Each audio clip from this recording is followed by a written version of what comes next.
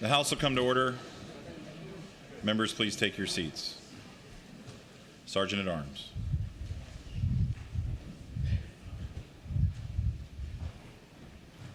The House is now in session. All persons not entitled to privileges of the floor, please retire to the gallery. The members and guests will rise and be led in prayer by Pastor Mike Michener, Riverview Baptist Church, Ripplemead, and remain standing for the Pledge of Allegiance to the flag of the United States of America, which will be led by the delegate from Scott, Delegate Kilgore. Let's pray. Father, those of us that believe in you come to you by your Holy Spirit and through your sinless Son, our Savior, based upon your word. You established human government and ordained particularly this body for the last 400 plus years to help maintain civility and order, to protect the sanctity of every human life that resides in our great commonwealth from the moment of their conception till the natural death. Help these lawmakers know that it's neither them nor their constituents that the right to govern comes from, but it's from you. Their authority and power and the right to govern us as a people comes directly from you. Consequently, one day each one will stand before you accountable, not just for whether or not they receive Jesus Christ as their Savior, but for the decisions that they make as your civil servants in these chambers to govern your image bearers. So, Father, please, because you value truth and love, justice and mercy, diversity of talents and equality of worth, kindness, patience, forbearance, forgiveness, and all the things that make for civil society, please grant your servants your supernatural wisdom, Christ-like humility, and uncommon unity to accomplish their God-given purpose as your ministers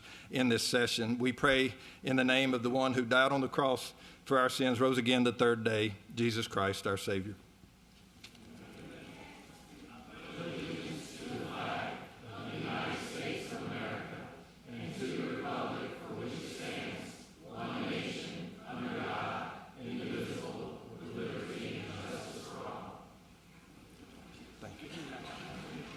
Quarters up here, sorry. Oh, for the love of God. The members will answer the roll call by indicating their presence on the electronic voting board.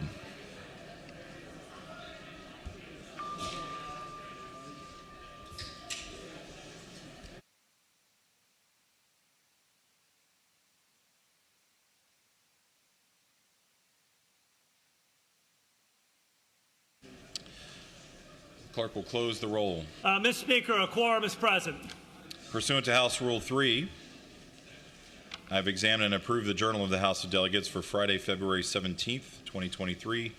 Motions and resolutions under Rule 39 pursuant to the provisions of Rule 40 are now in order. Does the clerk have any announcements or communication? Mr. Speaker, communication. The Senate, two communications. Senate has insisted on its amendments and requested committees of conference on the following legislation: House Bill 1704, House Bill 1735, House Bill 2071, and House Bill 2187.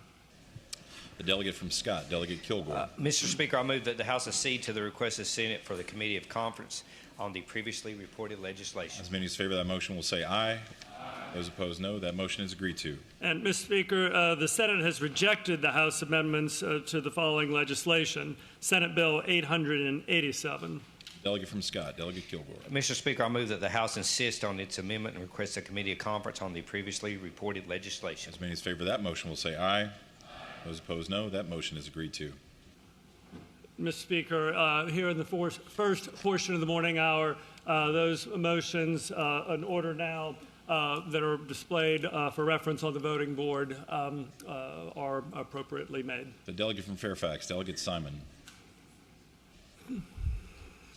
Thank you, Mr. Speaker. I rise for a motion. The delegate will state it. Mr. Speaker, and I'm doing this one a little bit early because it's a little unusual, but I move that House Joint Resolution 717 on page 30 go by until Wednesday, not till tomorrow, but until Wednesday, February 22nd at the request of the patron.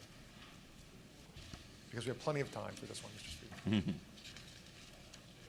22nd.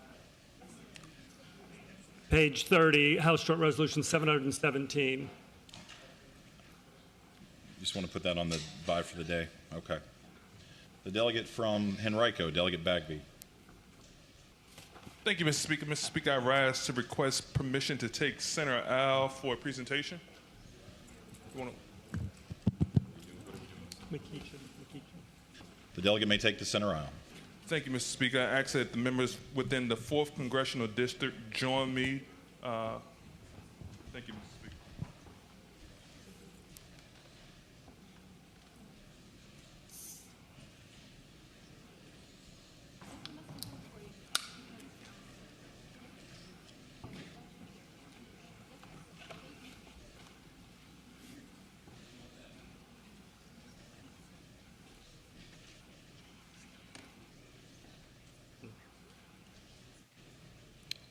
The clerk will report a resolution.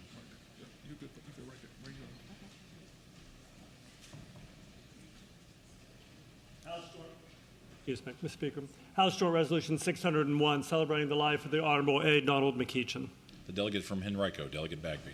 Thank you, Mr. Speaker. As we continue to celebrate Black History Month and contributions of African Americans throughout the Commonwealth and our country, I stand before you as we pay homage to A. Donald McEachin, Congressman A. Donald McEachin, a tireless public servant.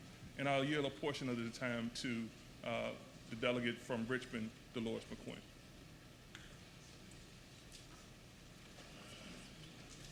The delegate from Richmond City. Thank you, Mr. Speaker. Mr. Speaker, it is our honor and privilege to recognize Congressman A. Donald McEachin in the General Assembly, where he served for several years. We stand on his shoulders as he has paved the way for many of us today. His imprint will be forever felt in the House and the Senate, as he was a compassionate leader whose legacy will continue to inspire, lead, and lift the citizens of the Commonwealth of Virginia. Congressman McEachin will always be remembered as a servant leader who contributed his time and energy to restoring and preserving African American history that had been hidden for centuries.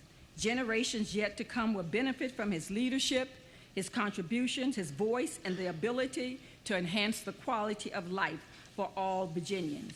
We will honor and remember him for being a conduit for writing about the innumerable wrongs and addressing the many miscarriages of justice. Thank you. Mr. Speaker, oftentimes when I would speak with the congressman, he would say, "Let the work I've done speak for me." Dean Kenny, I think you know a little bit about that. I asked the family and the speaker to have this center aisle because I just wanted to bring Colette and the family here before this body so that we can just love on them a little bit.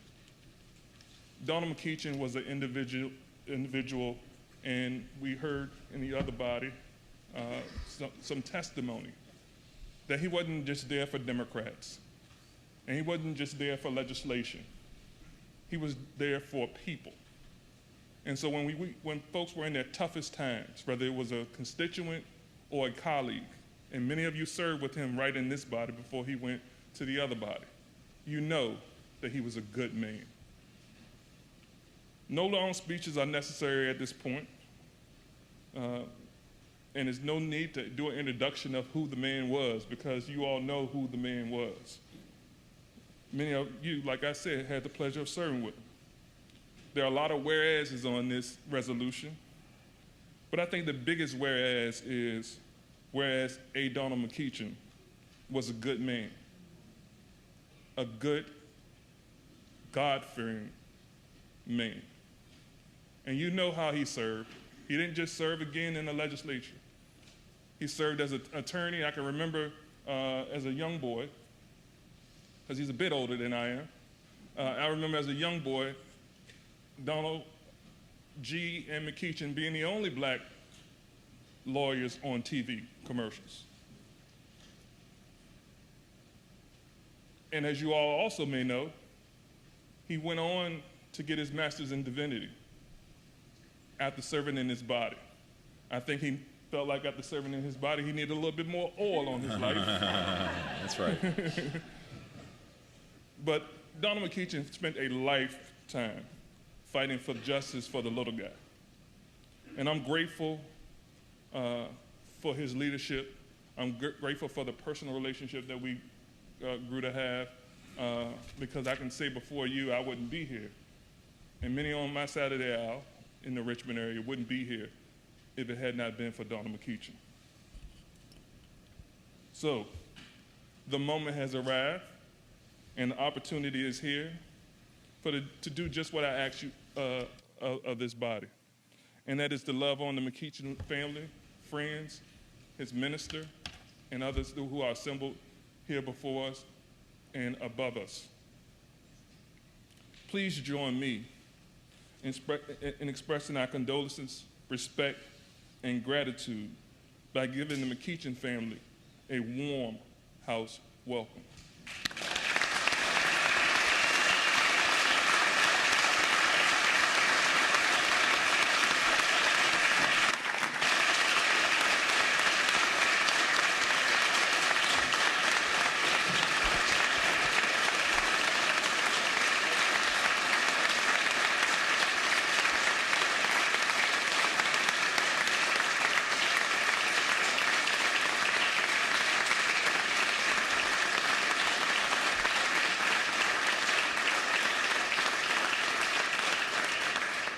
Mr. Speaker, I'm so sorry. It's one thing I forgot. Delegate from Henrico. Because I thought about it when I woke up this morning and I was looking at the news. It's so cool. This is something that's so cool that Donald is probably smiling upon.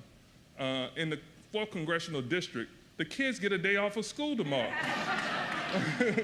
in honor of A. Donald McEachin. So I thought that was pretty cool, Mr. Speaker. And thank you for allowing us to present this to the family. Well, Ms. McEachin, your husband was a classmate of mine and Senator McClellan. I think on the second time he served in the House. And I can say that he was always a very kind and gracious gentleman, and I know he'll be missed. So God bless you. Yes, ma'am. Thank you.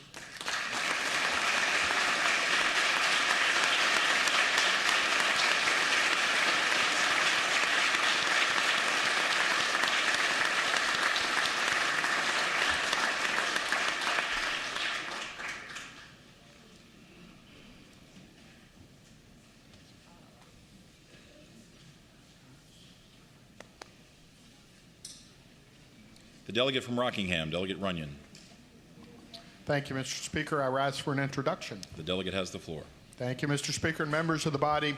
Today we have in the House gallery members of the Bridgewater College Republicans and their family and supporters. I would ask that they please rise.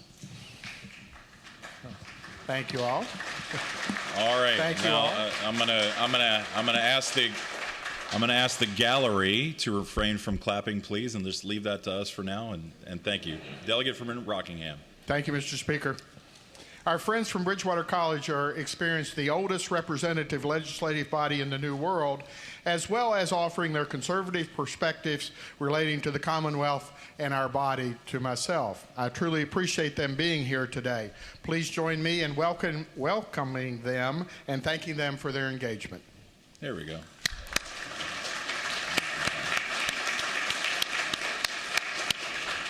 The delegate from Virginia Beach, Delegate Tata. Thank you, Mr. Speaker. I rise for two introductions. The delegate has the floor. Mr. Speaker, joining us in the gallery today are constituents of the city elders of Hampton Roads and freedom fighters. Could they please stand? City Elders is a national network of prayer warriors charged with the mission of governing the gates of every city in America to establish the kingdom of God with strength, honor, and courage. Governing the city gates is the biblical model of city governance. The Freedom Fighters are a group of citizens who gather to pray for our cities, our state, and our nation. They pray in agreement with the covenant made in 1607, and they stake their claim to the fact that God birthed America. They pray to restore liberties and freedoms across Virginia and America. I hope you'll extend a warm house welcome to the city elders and the Freedom Fighters.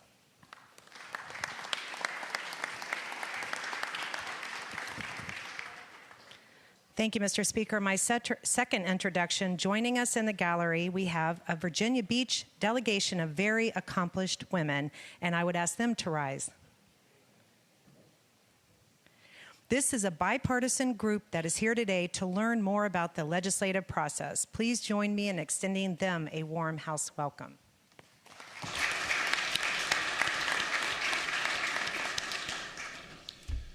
All right. The delegate from Loudoun, Delegate Subramaniam. Thank you, Mr. Speaker. I rise for an introduction. The delegate has the floor. Thank you, Mr. Speaker. We have representatives from Paymerang joining us in the gallery today. Paymerang is one of our many great small business success stories in the Commonwealth. A software company based in Chesterfield. Its platform automates invoice and payment processing. And after receiving $26 million in VC funding from Aldrich Capital Partners, they've gone from 27 employees to 250 and were named one of the fastest growing private companies in America by Inc. 5000. So please join me in giving them a warm house welcome.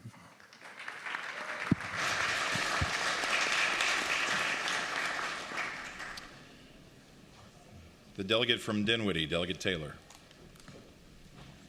Mr. Speaker, I rise to make a motion. The delegate has the floor. Speaking to the motion. T.O. Lanny Rainey III, 70 years old, a lifelong resident of Dinwiddie County, passed away on Thursday, February the 16th. Born in Petersburg, he was the son of the late T.O. Rainey Jr. and Evelyn Schweitzer Rainey. He was the graduate of Dinwiddie High School and went on to receive his Bachelor's of Arts degree from Washington and Lee University. He furthered his education at the Marshall Wythe School of Law at the College of William & Mary, where he received his Juris Doctorate. Lanny was the founding partner of Hill & Rainey Attorneys at Law, established in 1982. He had served as a Commonwealth's District Attorney for Dinwiddie County from 1986 to 2003, and also served as the attorney for the town of McKinney, Virginia, and spent time as a substitute judge. Laney gave back to his community in a variety of ways. A champion of local youth, he was the co-founder of the Dinwiddie County Youth Soccer Program. He served as soccer coach and referee and was the announcer for Dinwiddie High School football team. A well-traveled man, Lanny explored the globe from Antarctica to the Galapagos Islands and many places in between. His thirst for knowledge and culture was avid, and he was known as quite the historian and bibliophile. He was a 50-year-plus member of the Dinwiddie Ruritan Club, where he served in many capacities and had been awarded the accolade of Ruritan of the Year. He also served as a board member for the YMCA, was a member of the Kiwanis Club, and he had received the Virginia 4-H All-Star Award. Mr. Rainey is survived by his loving wife, Sally Rainey of Dinwiddie County, 3 children, Thomas O. Rainey, Kelly A. West, Stephen R. Rainey, and grandson Benjamin R. West, as well as numerous cousins, family, and friends. Mr. Speaker, I make a motion that when we adjourn today, we adjourn in the memory of T.O. Lanny Rainey. Delegate Taylor moves that when the House adjourns today, it adjourn in the honor and memory of T.O. Lanny Rainey. As many as favor that motion will please rise.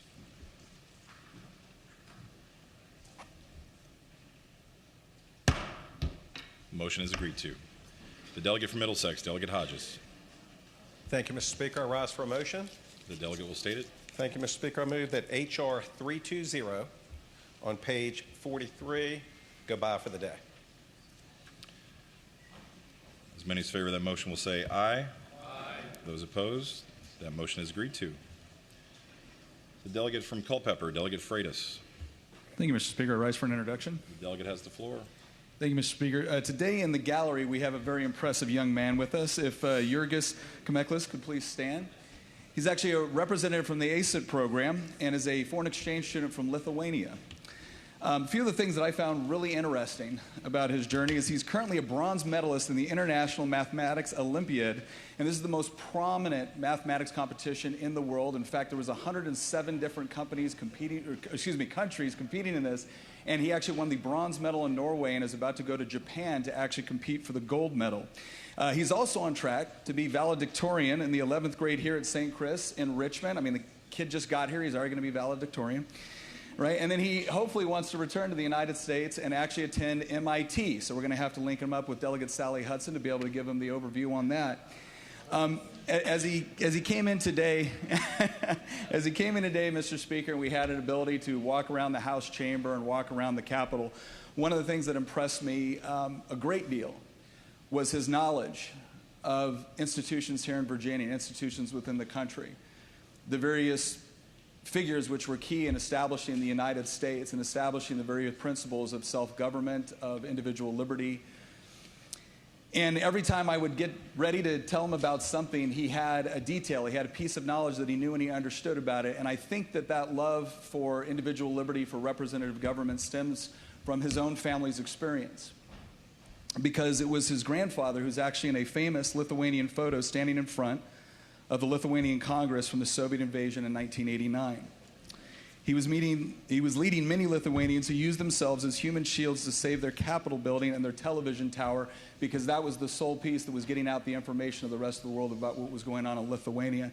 And what I think is truly fascinating about that particular incident is the people that were participating in this all across the Baltic states, in Lithuania, and specifically Jurgis's family, they didn't have the means to mount any sort of violence resistance against the Soviet army.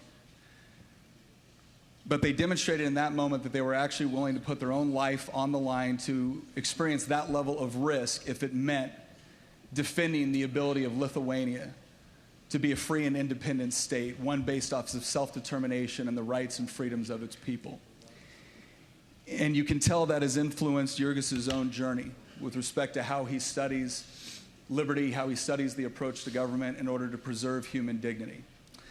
And we've only got him for a few more weeks in the Commonwealth, but Mr. Speaker, it is always a pleasure to meet a young person that is passionate about preserving individual liberty and human dignity. And so I hope we will all give him a warm house welcome.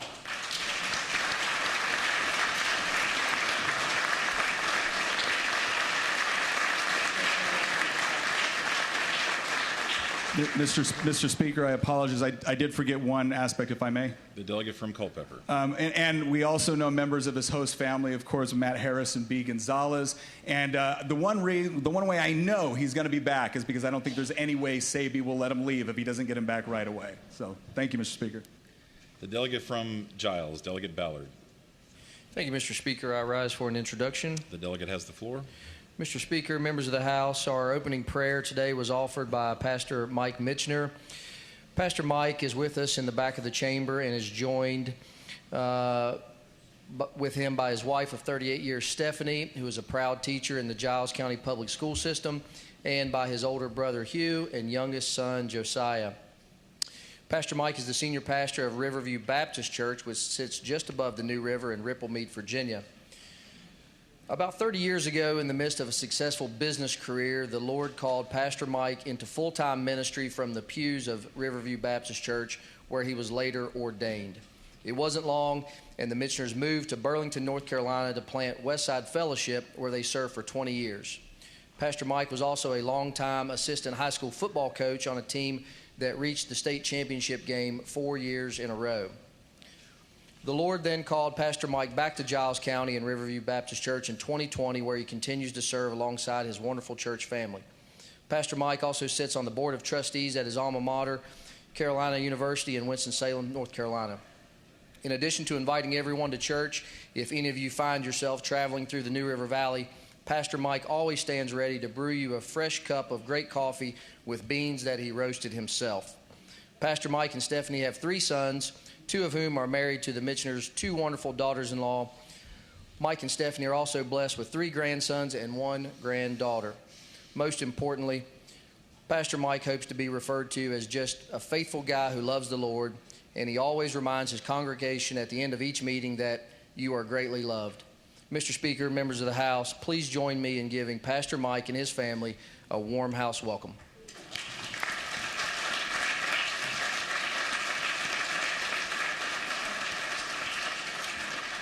The delegate from Fairfax, Delegate Siebold. Thank you, Mr. Speaker. Mr. Speaker, I rise for a request and 2 motions. The delegate has the floor. Mr. Speaker, I request that we take out of order Memorial Resolution HJ 711 on page 29, honoring the life of Michael Gene Rhodes.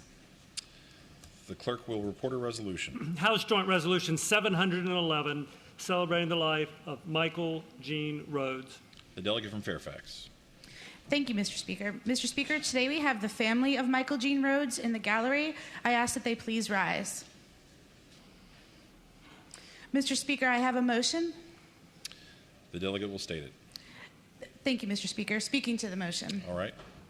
Thank you, Mr. Speaker. Known for his sharp wit and sense of humor, Michael Gene Rhodes was a highly respected Vienna business owner, community leader, athlete, coach, and friend to all. Michael was born and raised in Vienna, where he grew up playing baseball, football, and lacrosse. for Vienna Youth Incorporated and James Madison High School. His true passion was coaching youth in high school sports for over the past 30 years on the same fields he had played on decades before. His countless hours of instruction and support positively influenced the lives of so many young people in our community. Sadly, Michael passed away on Christmas Day at only 54 years old after a long, valiant battle against cancer. He will be fondly remembered by his friends and family, including his wife, Michelle, who has joined us today in the gallery. Mr. Speaker, I move the adoption of HJ 711 and that when the House adjourns today, we do so in the honor and memory of Michael Gene Rhodes. The delegate from Fairfax moves the adoption of HJR 711 and additionally moves that when the House adjourns today, it adjourn in the honor and memory of Michael Gene Rhodes. As many as favor those motions will please rise.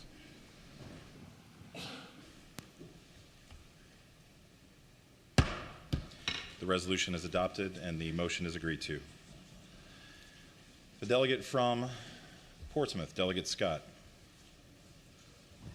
Thank you, Mr. Speaker. I rise for an introduction. The delegate has the floor. Thank you, Mr. Speaker. Today in the gallery are members of the Portsmouth-based Big Homies Community Outreach Program, and I ask them to please stand. All right, so y'all gonna make some room for some people when we get done. Big Homies is an organization that seeks to empower youth through mentorship, community events, and coaching. Big Homies has expanded significantly in the past year. In 2022, the organization partnered with the City of Portsmouth for their first annual End Gun Violence Day, highlighting the power of community and culture with pop-up shops, back-to-school giveaways, family games, free COVID vaccines, and free kids' haircuts. While their initiatives are so much more than statistics, Big Homies nonetheless counts among their accomplishments this past year. Gave away 3,000 backpacks delivered with school supplies to help kids kick off the school year, 5,000 free meals to deliver to combat child hunger, and they had 8 youth co-ed basketball teams coordinated as a part of the End Gun Violence Day. Big Homies works with kids to help them reveal their inner power, their inner strength. But I'd also add to that, they have our amazing leadership team that sets the example in the community. The co-founder and president of Big Homies, Eugene Swenson, Alice Edwards, and their secretary, Mr. DeCarlos Anderson, a public school teacher, and he's also the treasurer. Together they work with the Big Homies. Their work with Big Homies is truly transforming our community, and I hope it will be the will of the body to give them a warm house welcome.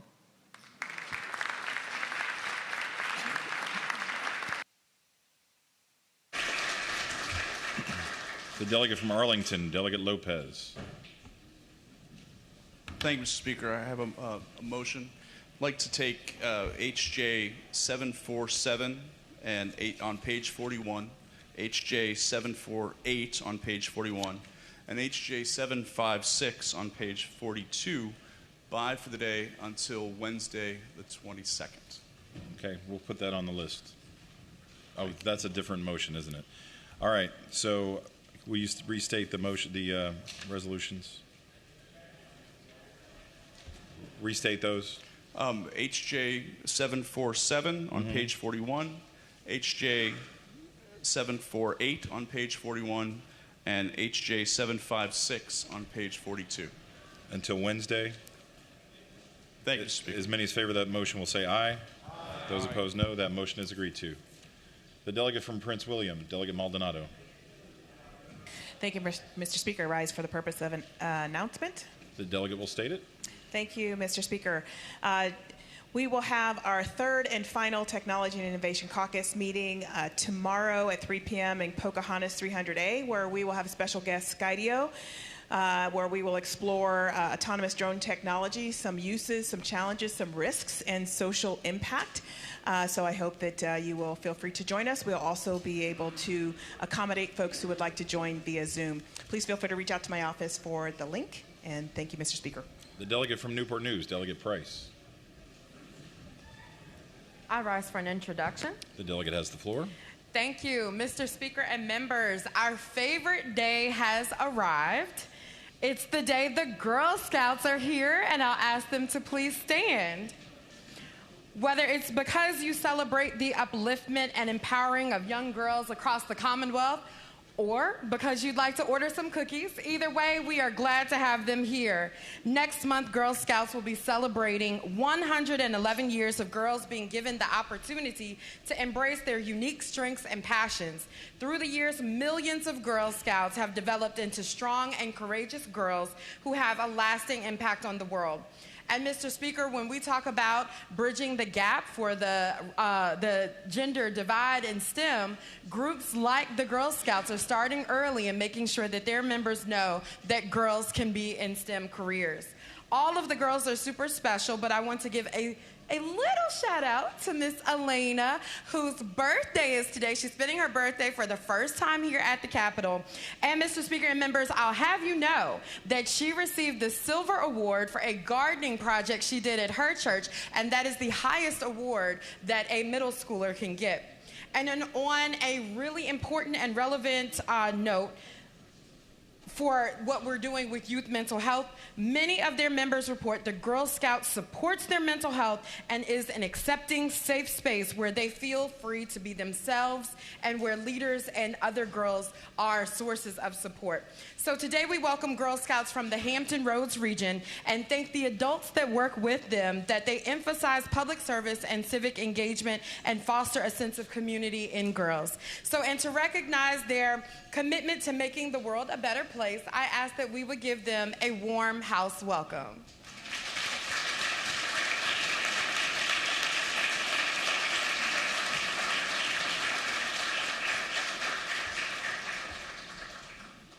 The delegate from Fairfax County, Delegate Corey.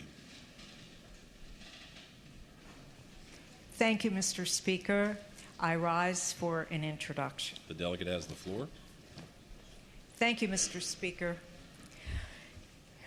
Mr. Speaker, students often think of Kansas when they hear Brown versus Board of Education, since the Topeka, Kansas Board of Education is the title defendant in that case. However, most of the plaintiffs in that combined case actually came from Virginia, specifically Prince Edward County. In 1951, a group of brave students from Virginia's South Side, led by 16-year-old Barbara Johns, stood up against the rampant racism, discrimination, and prejudice they had been experiencing. In fact, it was the only case of the 5 cases in Brown that originated from a student protest. Mr. Speaker, I wish that I could say how our storied body here, the House of Delegates, had supported these students in their quest for quality education, something that all families still strive for their children today. But you and I both know, Mr. Speaker, that our predecessors did not set the best example for these students or the House of Delegates. However, fortunately, now we have many opportunities to show that we have learned from this painful and ugly past. And one of those opportunities, Mr. Speaker, is to welcome our guests who are here today in the gallery, and I ask them to please stand. We have with us today Cameron Patterson, the Executive Director of the Moton Museum, and Kanan Townsend, the Managing Director of the Moton Museum.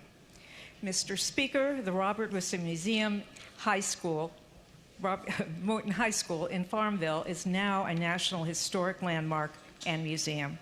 This high school is the birthplace of America's student-led civil rights revolution. Barbara Johns led that student strike in 1951, and it generated 3 of the plaintiffs in the Brown versus Board of Education Supreme Court landmark case that made the decision in 1954 that public education, public schools in the United States should be desegregated. And Mr. Speaker, I would be remiss if I did not mention that Kanan Townsend, again, the Managing Director of the Moton Museum, is also a lineal descendant of the plaintiffs, John, Mildred, and Arlene Townsend, from the Brown versus Board of Education case. And his father was a member of the generation that lost years of education when the Prince Edward Public Schools closed. Mr. Speaker, I ask this body to please give them a warm welcome.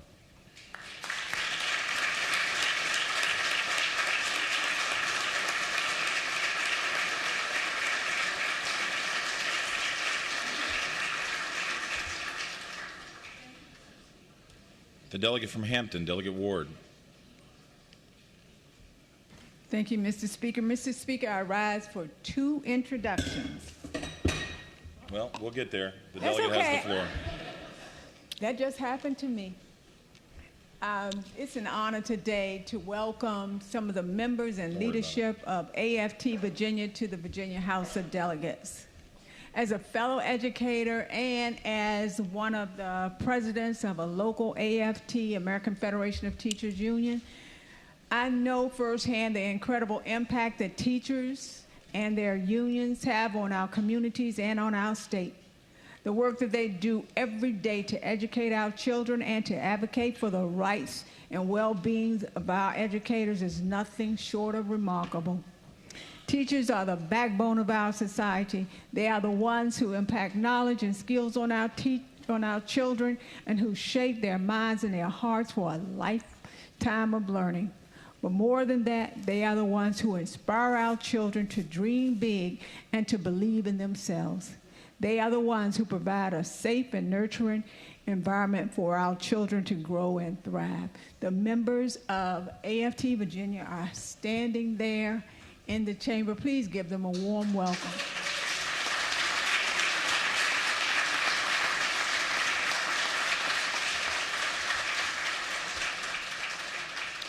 The delegate from Norfolk, Delegate Glass. Mr. Oh, I'm sorry. The delegate from Hampton, Delegate Ward. It's okay. Also, Mr. Speaker, joining us, and I'm hoping that they are there today, is the the Hampton NAACP Youth and ACT-SO Councils and Hampton University College chapter are visiting the General Assembly today. The National Youth and College Council was formed in 1935, and it serves as a premier institution for young people to develop their skills they need to meet various challenges that face African Americans and other youth of color. The NAACP youth and college units across the country engage in social justice activism, addressing issues at the local, state, and national level with a primary focus on education, academic development, health, juvenile justice, and voter empowerment. The Afro-Academic Culture, Technological, and Scientific Olympics, better known as ACT-SO, was formed in 1978 and is a year-long national program designed to recruit, stimulate, and encourage high academic and cultural achievement among 9th through 12th grade students of color. Past NAACP ACT-SO winners include Grammy and Oscar Award recipients Alicia Keys, Jennifer Hudson, Kanye West, Jada Pinkett, Anthony Anderson, John Anderson, and Mae Jemison, the first black woman that traveled outer space. Mr. Speaker, ladies and gentlemen, please give a very warm welcome to the NAACP Youth ACT-SO Council and Hampton University Chapter. Thank you, Mr. Speaker.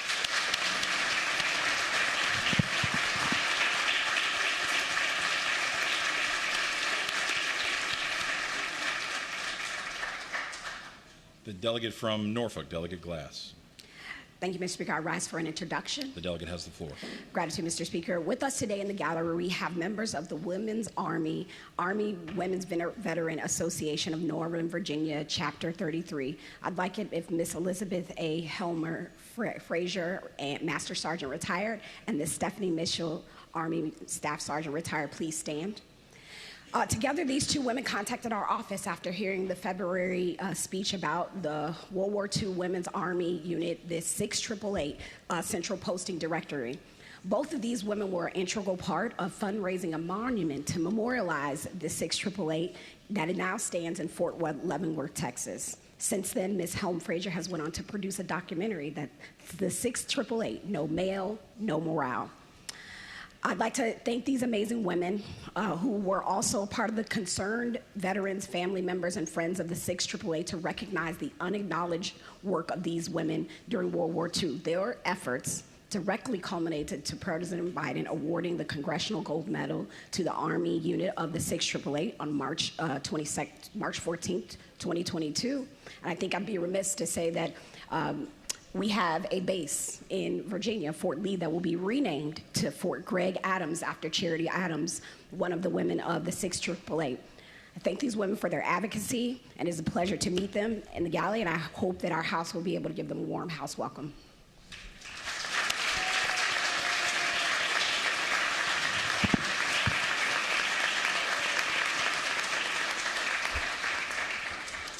The delegate from Newport News, Delegate Mullen. Thank you, Mr. Speaker. Mr. Speaker, I rise for an introduction. The delegate has the floor. Thank you, Mr. Speaker. Mr. Speaker, today we have with us in the House Gallery representatives from the Rare Disease Council, including Ellie Jane Hudson and her family, and I'd ask that they stand. Mr. Speaker, Ellie and her family have traveled here to meet with a few colleagues of ours, including Delegate Murphy, Delegate Van Valkenburg, and myself, to share her story and raise awareness about the many individuals in our Commonwealth who face rare diseases.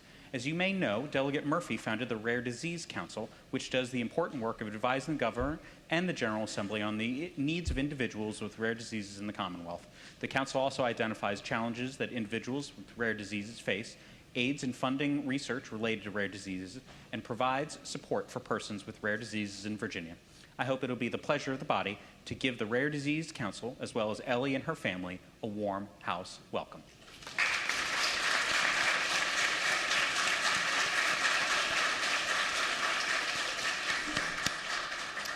The delegate from Fairfax, Delegate Shin.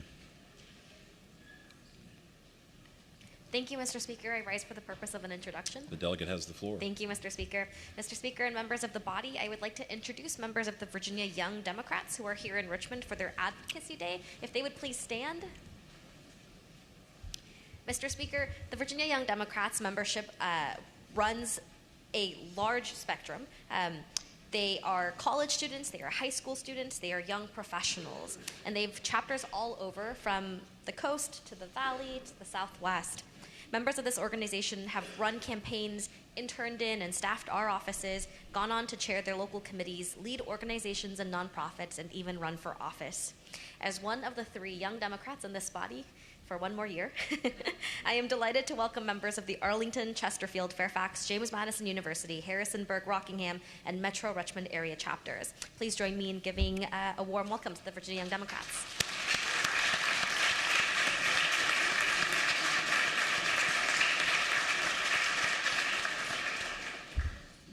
The delegate from Spotsylvania, Delegate Scott. Thank you, Mr. Speaker. I rise for a motion. The delegate will state it. Mr. Speaker, I move that we take H.R. 299 out of order. Is it in the calendar? It's in the calendar, page What 25. Page? Yeah, always say the page if you can.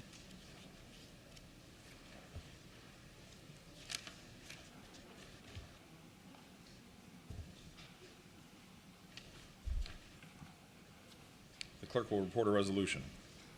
Page 25 of today's printed calendar, the Memorial Resolution section, House Resolution 299, celebrating the life of Clint Clifton. The delegate from Spotsylvania. Mr. Speaker, members of the House, Clint Clifton was my mentor. He was also a man who loved Jesus and his family more than anything else in the world.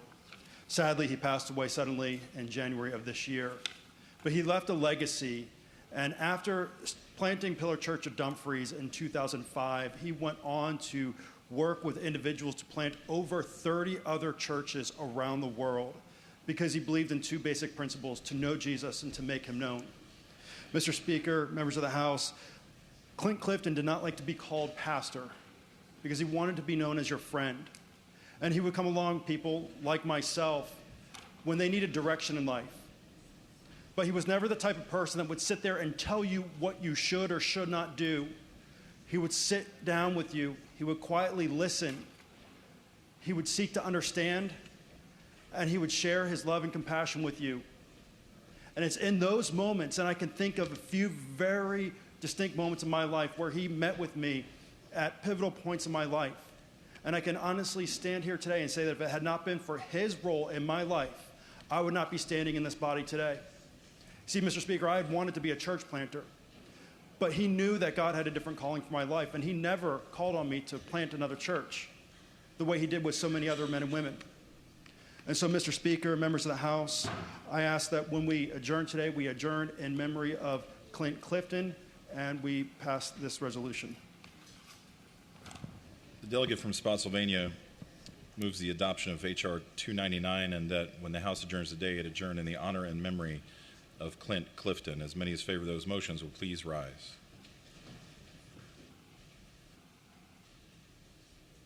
The resolution is adopted and the motion is agreed to. The delegate from Powhatan, Delegate Ware. Thank you, Mr. Speaker. I rise for an introduction. The delegate has the floor. Thank you, Mr. Speaker. Today with us in the gallery, we have members of the Goochland Leadership Enterprise, 14 members in attendance from Goochland County. I would ask them to rise. They are folks who are keenly interested in the future of their county and their community. And Delegate McGuire, Senator Peake, and myself talked a little bit about the legislative process and fielded questions from them. It was a really enjoyable interchange. They're here with their longtime facilitator, Mr. Pete Williams, and I ask you to join me in welcoming them to the House chamber today.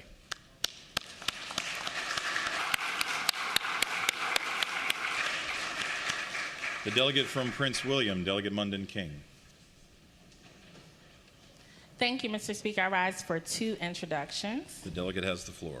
Thank you, Mr. Speaker. First, I would like to ask the so divine ladies of Divine Inspiration Center for the Arts to please stand. Mr. Speaker, we are in the presence of prima ballerinas and some of the best dancers in the United States of America. I am honored to welcome them to the Capitol. On Friday, this body passed House Resolution number 334 honoring Divine Inspiration Center for the Arts, which is an arts organization in Prince William County dedicated to improving access to dance instruction and other mentorship programs.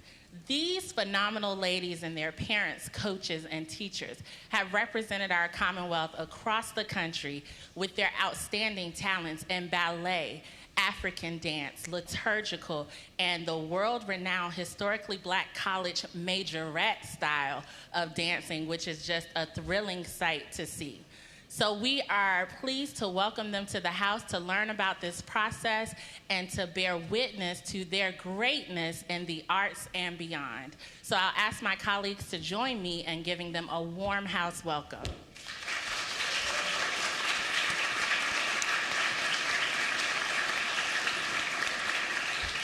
Thank you.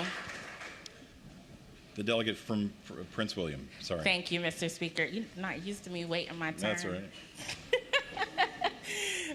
right. Next we have joining us is the Virginia Black Business Directory. Would you please stand, representatives from more than 1,200 Black-owned businesses across the Commonwealth. We have these business leaders joining us. And on Friday, this body passed House Resolution number 341, honoring the integral part that Black-owned businesses play in local economies and communities.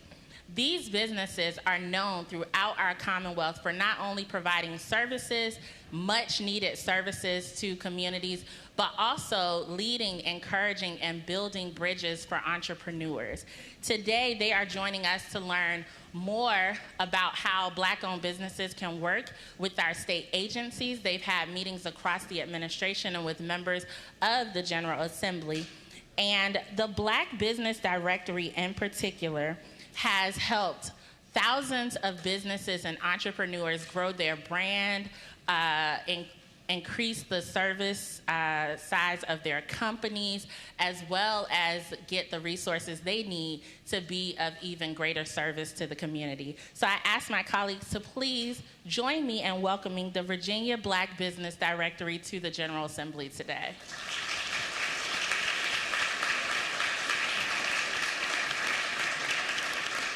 Thank you, Mr. Speaker. The delegate from Richmond City, Delegate Carr.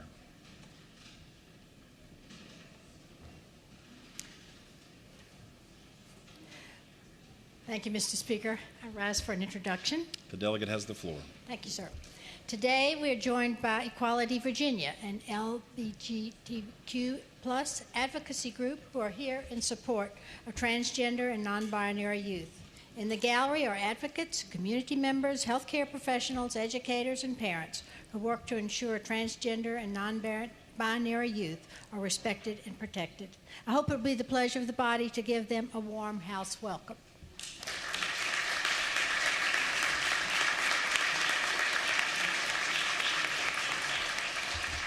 The delegate from Prince William, Delegate Rome. Thank you, Mr. Speaker. Vice for announcement. The delegate has the floor. Thank you, Mr. Speaker. I hope the House will join me today in wishing a happy birthday to two members of the Fairfax County delegation, between Delegate Murphy and the delegate from Greater Franconia, Delegate Sickles.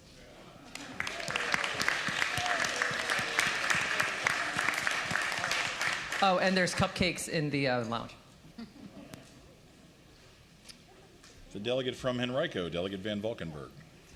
Thank you, Mr. Speaker. Mr. Speaker, I rise for a motion. The delegate will state it.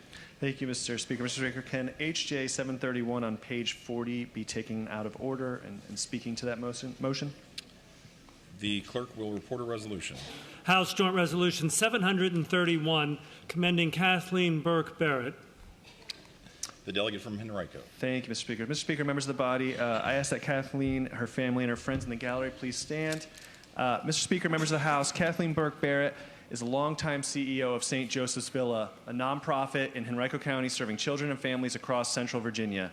Kathleen announced her retirement last year and stepped down in December of 2022.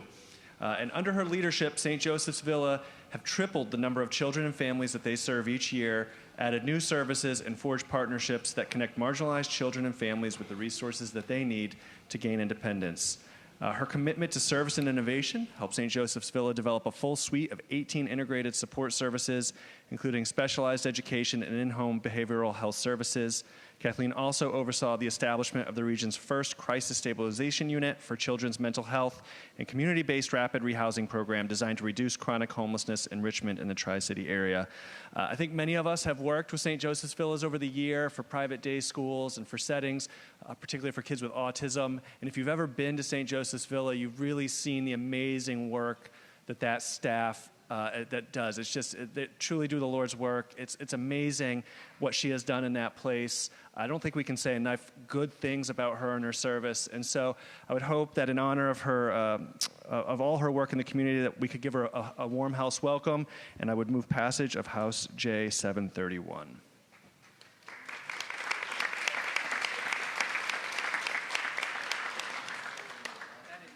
As many as favor the adoption of HJR 731 will say aye. Aye. Those opposed, no. That resolution is adopted. Congratulations.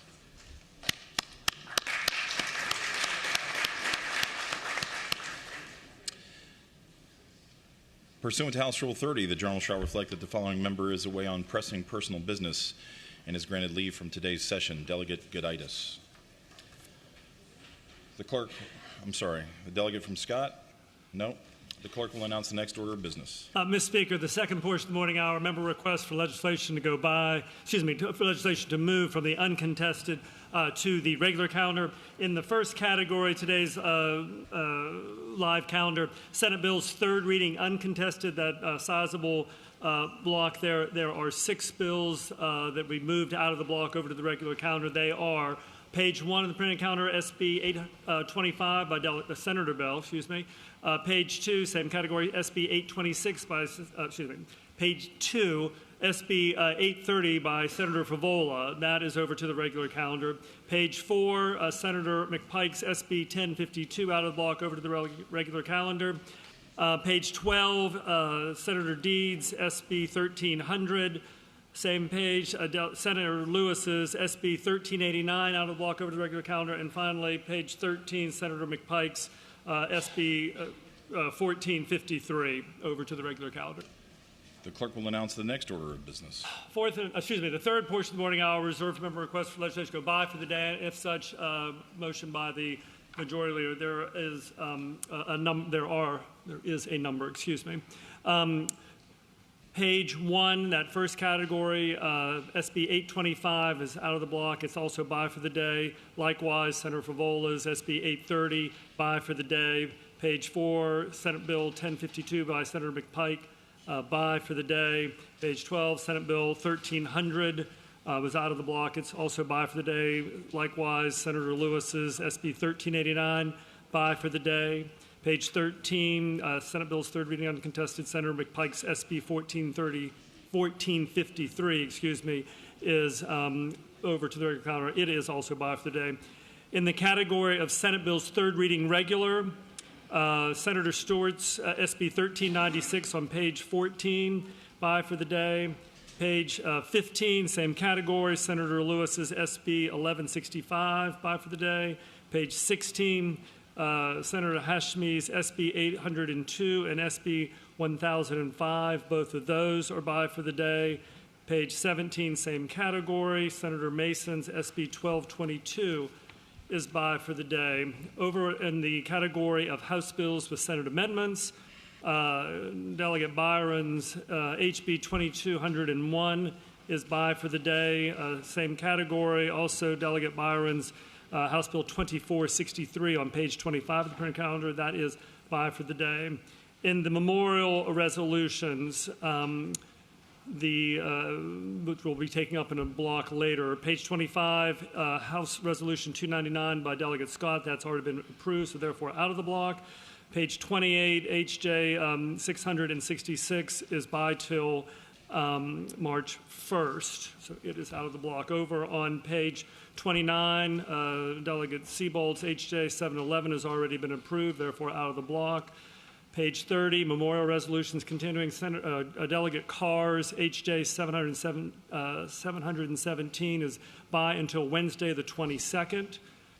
Same category, page 30. Delegate Brewer's HJ 722 is by for the day. Moving into the commending resolutions category, Delegate Hudson's HJ 622 on page 33 is by until the 23rd, Thursday, I believe. So that is out of the block, bye for the day. And on page 40, Delegate Van Valkenburg 731 has been approved, so it is out of the block.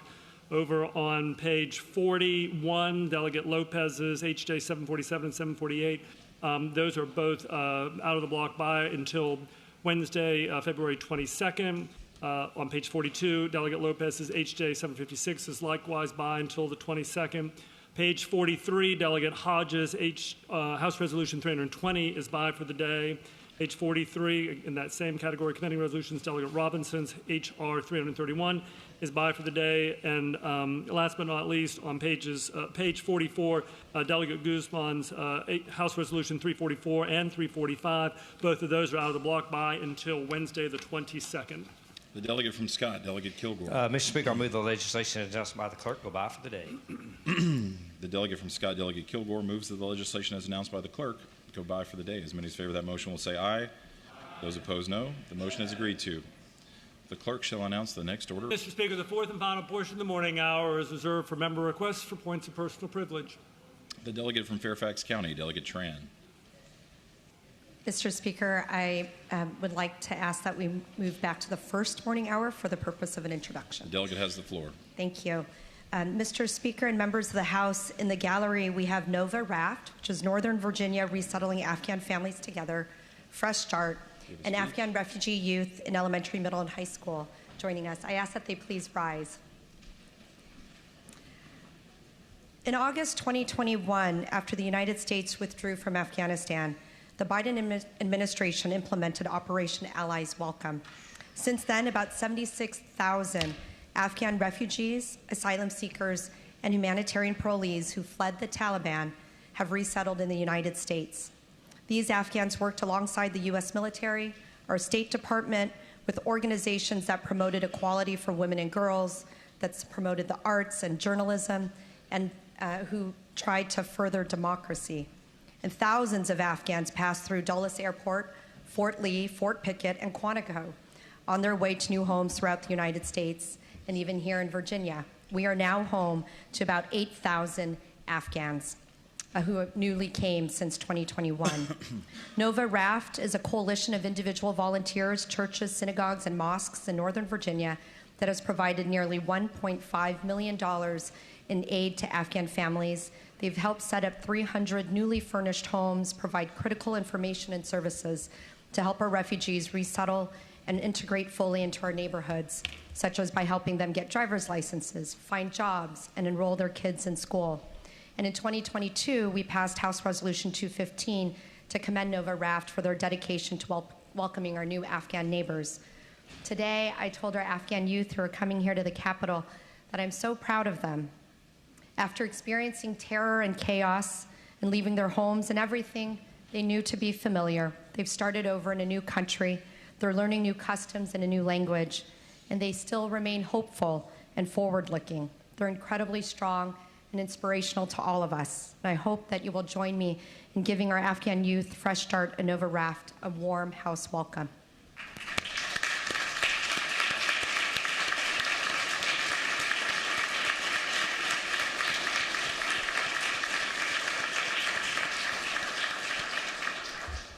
The delegate from Scott, Delegate Kilgore. Mr. Speaker, I rise for a point of personal privilege. The delegate has the floor. Mr. Speaker, this speech might be a slam dunk. I rise this afternoon to talk to you about the NBA Slam Dunk Contest. As I'm sure many of you are aware, it's a competition that dominates the NBA All-Star Weekend and has helped shape the legacies of NBA legends for nearly 4 decades. In the last few years, the dunk contest has lost a little bit of its spark. It lacked the wow factor. Fans have been looking for a star to take over the show to join past winners like Vince Carter, Kobe Bryant, and Michael Jordan. Well, Mr. Speaker, the NBA Slam Dunk Contest is finally back. And don't just take my word for it. In the words of Shaq, Charles Barkley, and NBA fans around the world, none other than Mac McClung, a native of Southwest Virginia, has saved the NBA dunk contest. Yeah. Mac not only won, he dominated with nearly perfect scores across the board from the judges. You may have noticed at the last dunk of the night that he put on a different jersey that won him the award. It wasn't a 76 jerseys, Mr. Speaker. It wasn't the Texas Tech or Georgetown jersey. No, he chose to represent his high school alma mater, Gate City High School. And Mr. Speaker, I was proud to actually be at a watch party at Gate City High School this weekend to see him win the dunk contest. Now, it was fitting for Mac to wear his high school jersey because he's been a household name in Gate City for years. While playing for Gate City, his talent and acrobatic dunk drew the attention of packed crowds and college scouts. It was hard to get into a game during those times. He broke the single-season Virginia High School League scoring record once held by Allen Iverson and capped off his high school career by winning Gate City's first state championship, which some of y'all in this room attended. In fact, Scotty Vermillion, who gave the morning prayer to us earlier this session, was Mac's high school head coach. Now, at one time, an opposing coach from Kentucky once told Mac, "You're going to Georgetown to set." And Mac responded in that game by dropping 44 points in that victory. And in his freshman season at Georgetown, Mac led the Big East Conference in scoring among freshmen. Mac played his final season in college at Texas Tech before setting his sights on the NBA. And last year, he was the NBA G League Rookie of the Year. This week has been a particularly busy week for Mac. Last Tuesday, he signed a 2-way contract with the Philadelphia 76ers. Later in the week, he signed a deal with Puma. And on Saturday, he won the dunk contest.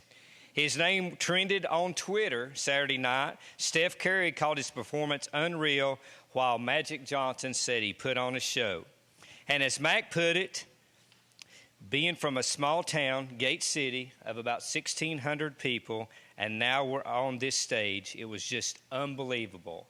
He was asked about the trophy, the big trophy he got. He said, that is going to be placed in the Gate City Middle School trophy case where it all started. Well, Mr. Speaker, it really was unbelievable. If you haven't watched the highlights, go watch them. Now, as many of you know, in Gate City, if you've been there, there's a sign that says "Home of Attorney General Jerry Kilgore." Well, we're going to have to change that sign. I think it's going to be home to the 2023 NBA Slam Dunk Contest winner, Mac McClung. Mr. Speaker, I hope that the House would join me in congratulating Mac and wish him the best of luck in his NBA career. Thank you, Mr. Speaker.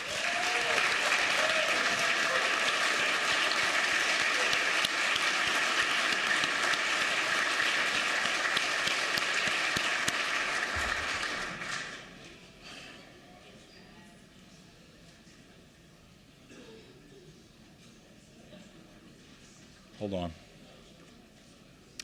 Well, we took most of the calendar by for the day, so even though the morning hour is basically expired, I'm going to keep going for a minute longer. The delegate from Fairfax, Delegate Krizik. Thank you, Mr. Speaker. I rise for a point of personal privilege. The delegate has the floor. That was I did watch those highlights, Mr. Speaker. Those were amazing. I definitely recommend it. This is clearly the year for horses in Virginia. We got a new official state pony, Chincoteague, Delegate Bloxham's pony, and we've got the 50th anniversary of Secretariat. And today I want to tell you about a particular horse lover and general practitioner of animal husbandry, our first president and a former member of this esteemed House, and my neighbor at Mount Vernon, George Washington. As you all know, Washington was a farmer first and foremost, despite his many years of public service, and once he said he'd rather be on his farm than be emperor of the world. If he were in office today, he'd probably sit on ag or even join the Animal Welfare Caucus of Delegate Corey's. I'm sure he would. As a member of the House of Burgesses, he actually sat on the Privileges and Elections Committee and General Laws, which I'm proud to sit on today. George Washington was a pioneer in our state and our country, and he's credited with developing one of our state animals, the American foxhound. The American Kennel Club recognizes this. He was also instrumental in creating the American mule. He bred male donkeys from Europe with some of the best American mares. So if anyone wants to do a state mule bill next year to grow a roster of state animals, I'm sure Washington would approve. If you visit Mount Vernon today, and I highly recommend you do so, and I know most of you have done so, you'll find sheep, pigs, cows, and of course, mules.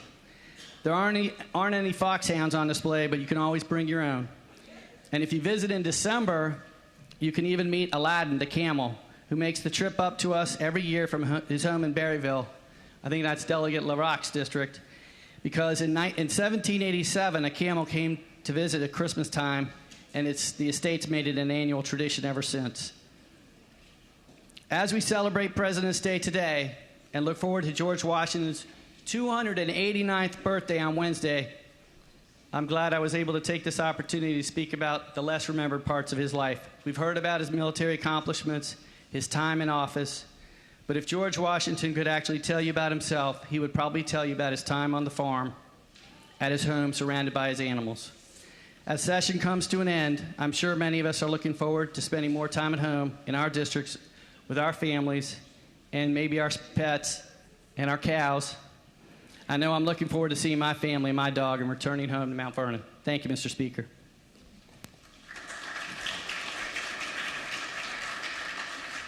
The delegate from Chesapeake, Delegate Hayes. Thank you, Mr. Speaker. I rise for a point of personal privilege. The delegate has the floor. Thank you, Mr. Speaker. Mr. Speaker, members of the House, as it is customary during the month of February, we pause and pay homage to, respect to, many of the heroes and sheroes that have served as rainbows in the clouds for so many. Today's featured shero is none other than the late Evelyn Thomas Butts of the Oak Brook section of Norfolk, where I believe our dear delegate and friend, sister, Jackie Glass represents. We salute Evelyn Butts, who, like many other dry long-so people, the everyday people, who shift and change the landscape of our individuals' communities, regions, the Commonwealth, and Mr. Speaker, members of the House, even the nation. For Evelyn Butts knew what was at stake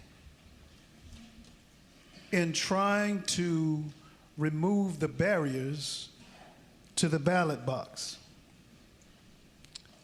She fought tirelessly, Mr. Speaker, to make sure the folks understood that even as an ordinary individual, you can participate and bring about change.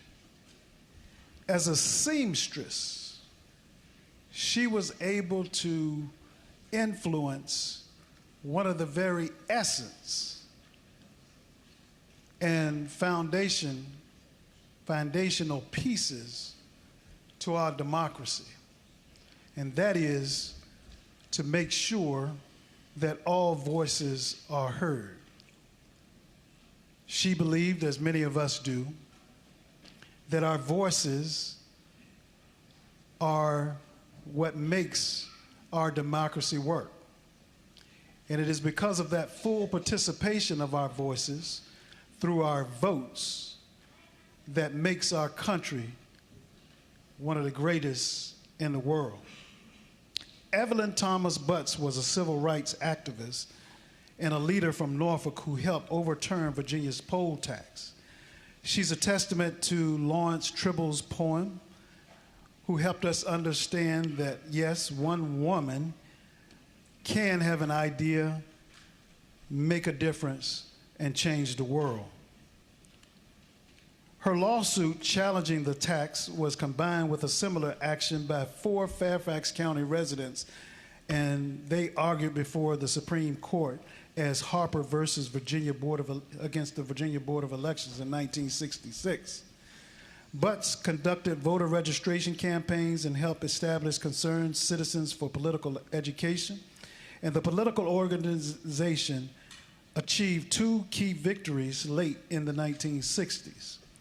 With the election, then at the time, Norfolk's first African-American member of the City Council, Joseph Jordan, and then, of course, the first black representative of the House of Delegates here in the General Assembly from Norfolk, then William P. Robinson.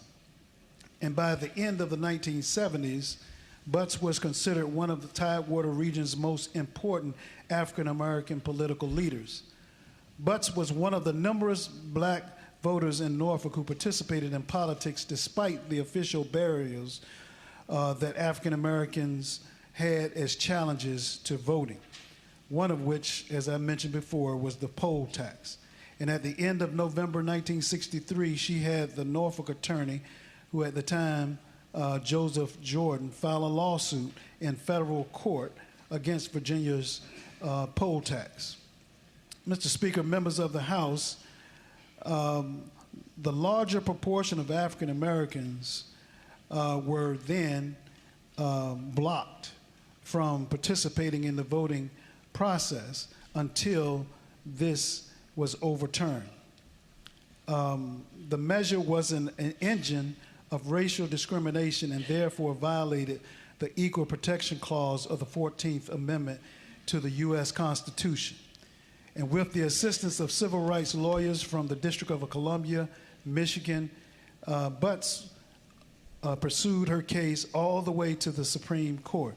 And as I mentioned earlier, joined with some others who filed a suit from Fairfax County with the assistance of the ACLU, and Annie E. Harper, along with 3 other African Americans. Eventually, it was overturned because then later, the Solicitor General of the United States, Thurgood Marshall, filed a brief and also presented oral arguments against the poll tax. And on March the 24th, 1966, the Supreme Court ruled that the poll tax was unconstitutional. And as Butts had originally charged, And so for this reason, Mr. Speaker, members of the House, we do agree that one woman awake can awaken another. The second can awaken her next door brother. The three of them awake can make such a fuss that finally it awakens the rest of us. And one woman awake, as Evelyn Butts proved, one woman awake with dawn in her eyes multiplies. Thank you, Mr. Speaker.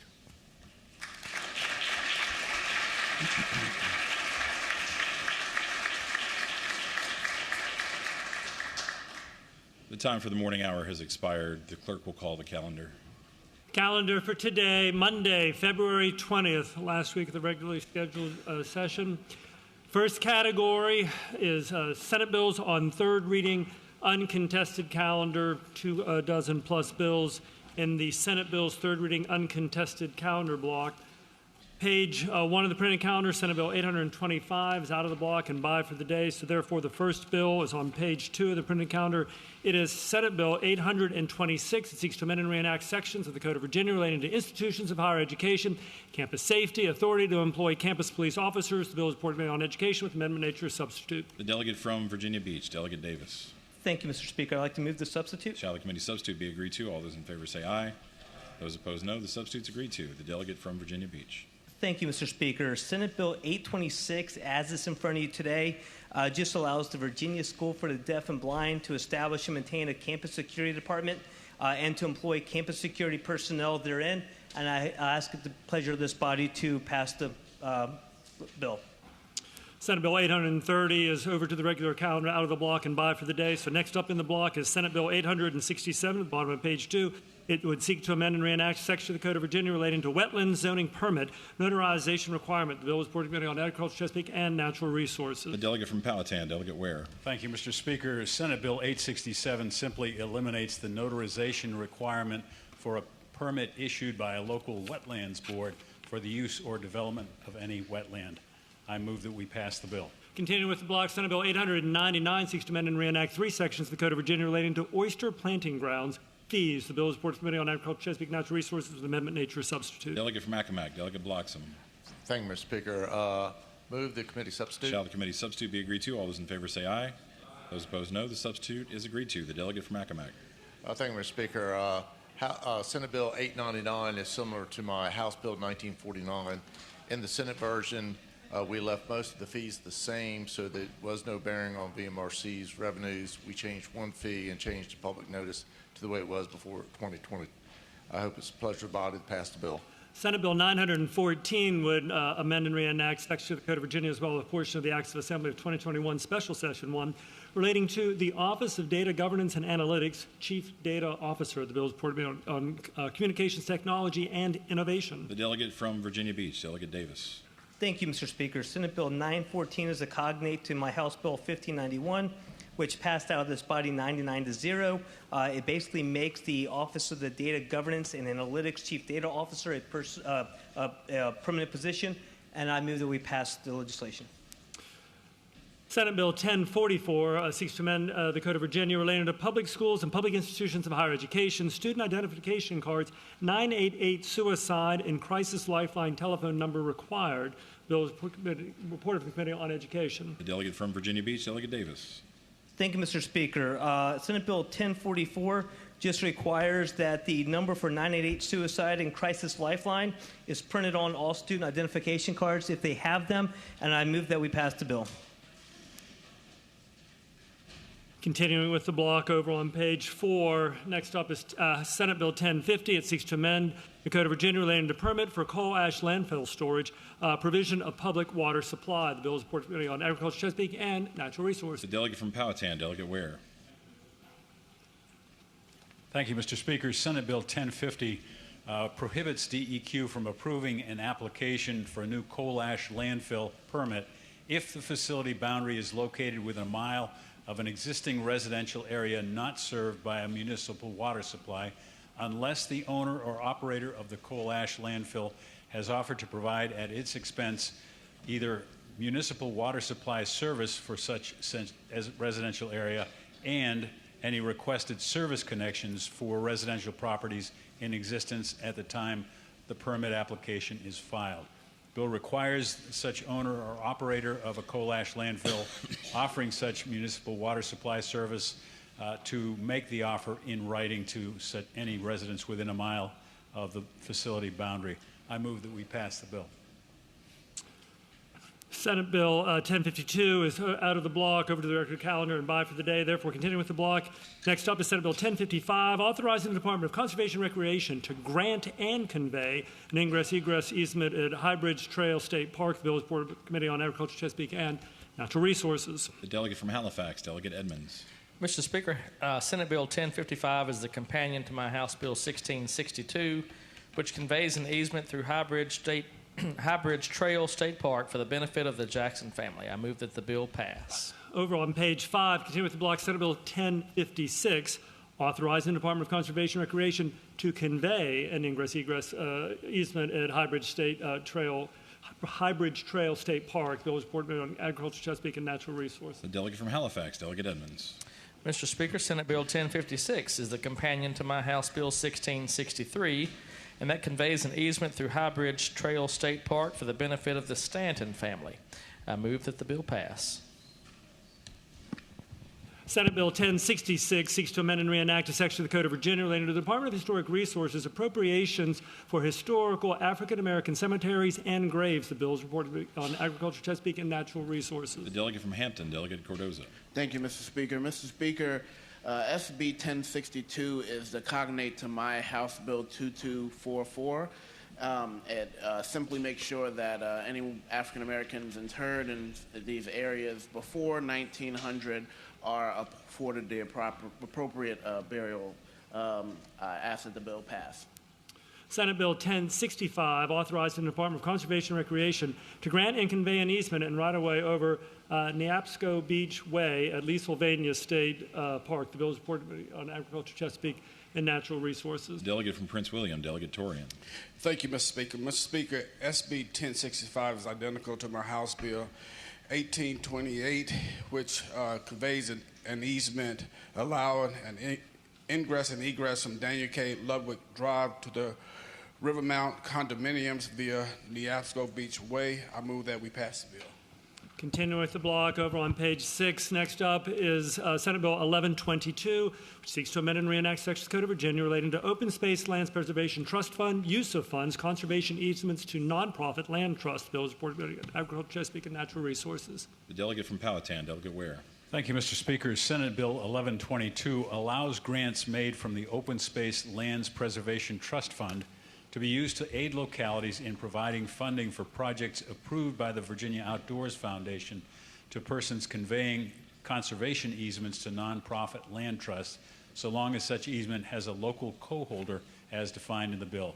The bill also makes several more specific provisions, which I can read if you'd like, but I think it's probably enough there to get the sense of it, and I move that we pass the bill. Senate Bill 1129 continues the block. It seeks to amend and reenact various sections of the Code of Virginia relating to the Chesapeake Bay Watershed Implementation Plan effective date. The bill is reported on Agriculture, Chesapeake, and Natural Resources. The delegate from Fauquier, Delegate Weber. Thank you, Mr. Speaker. Mr. Speaker, SB 1129 is the cumulative agreement that was reached and was similar to my 1485 that came out of this body. My bill has been amended to match the language that you see here. Two big things. The compromise on the year was we agreed on 28 instead of 30, and then also establishing metrics to reach our TMDL goals, as well as a very large work group that would help determine those that are found in the last enactment clause of the bill. I ask that the body pass the bill.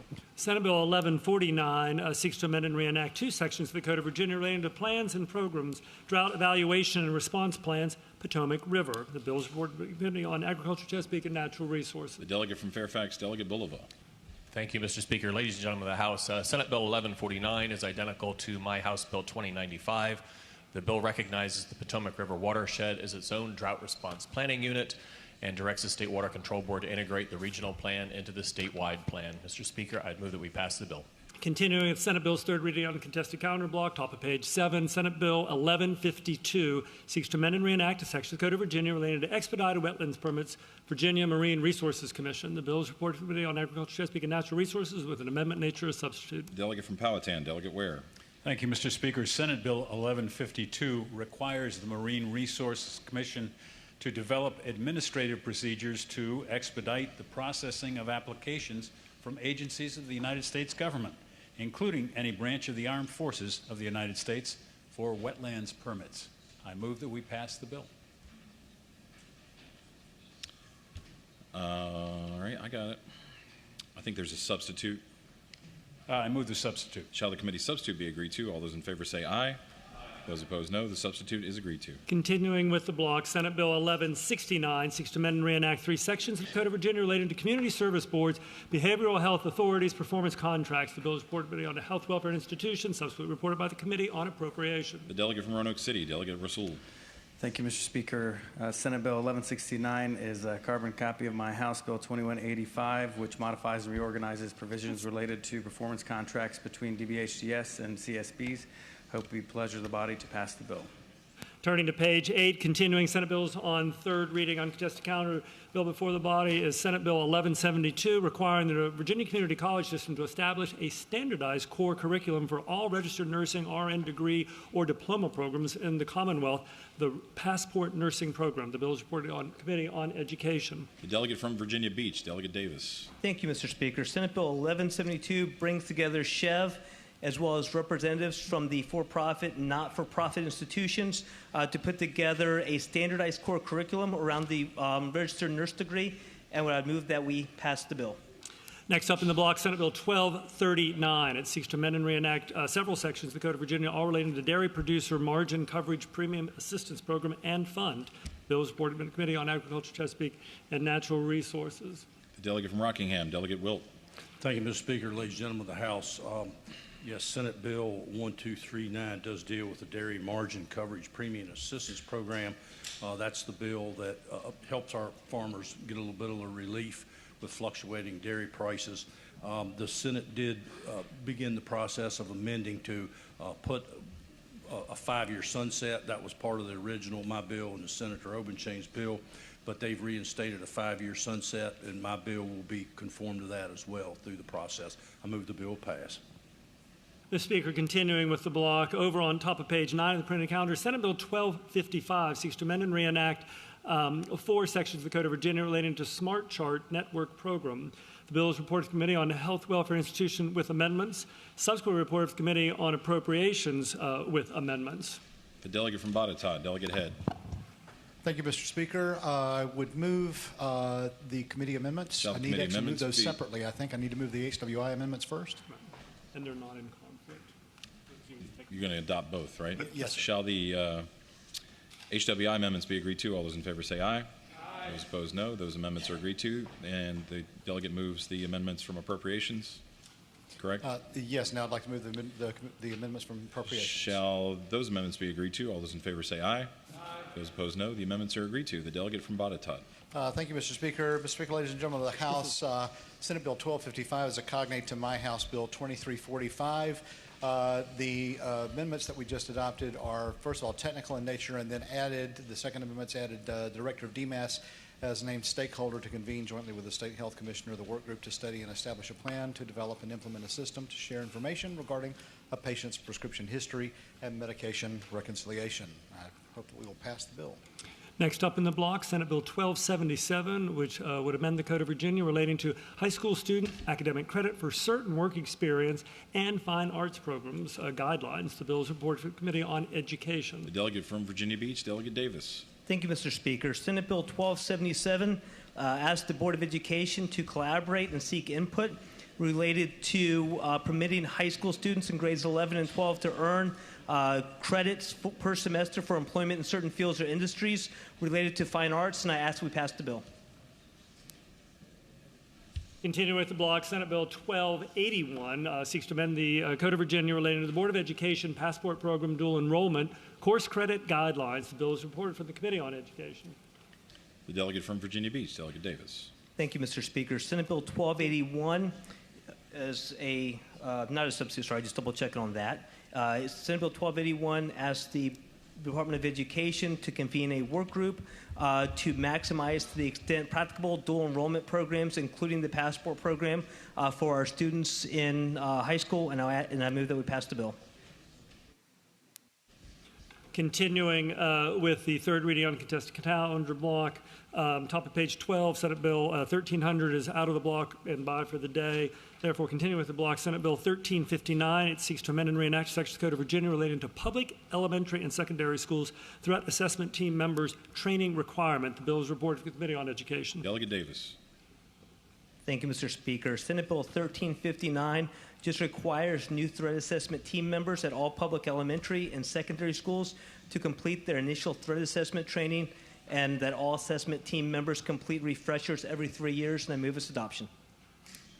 Senate Bill 1389 out of the block and by for the day. Therefore, top of page 13. Senate Bill 1415 is before the body. It seeks to amend and reenact sections of the Code of Virginia relating to opioid impact reduction. The bill is reported to the Committee on Health, Welfare, and Institutions. The delegate from Spotsylvania. And also from the Committee on Appropriations. Delegate Orrock. Mr. Speaker, members of the body, SB 1415 predominantly makes naloxone available to anybody to have, to carry.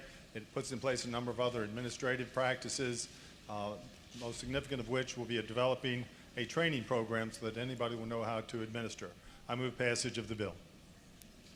Senate Bill 1453 is out of the block and by for the day. Continuing with the block, Senate Bill 1499. It seeks to amend and reenact a section of the Code of Virginia relating to public institutions of higher education, Virginia Commonwealth University Health System Authority, Chief Executive Officer criteria. The bill is reported to the Committee on Education. The delegate from Virginia Beach, Delegate Davis. Thank you, Mr. Speaker. Senate Bill 1499 just allows the Chief Executive Officer of VCU Health Systems to be the individual who holds the title of Vice President for Health Science of Virginia Commonwealth University, as opposed to, it allows someone else to hold that title as opposed to the current law, which requires the CEO to hold it, and I ask that we pass the bill. And turning to top of page 14 of the printed calendar, rounding out the bills and Senate Bill's third reading uncontested block is Senate Bill 1511. It seeks to amend and reenact two sections of the Code of Virginia relating to land use classifications, property qualifications. The bill is reported to the Committee on Finance. The delegate from Chesterfield, Delegate Robinson. Thank you, Mr. Speaker. Senate Bill 1511 allows a property that was formerly participated in and continues to meet the qualifications of a state or federal soil and water conservation program, but is no longer receiving payment or other compensation as a result of such program to continue to be eligible for designation as real estate devoted to agricultural use and real estate devoted to horticultural use. I move the passage of the bill. Shall the bills pass?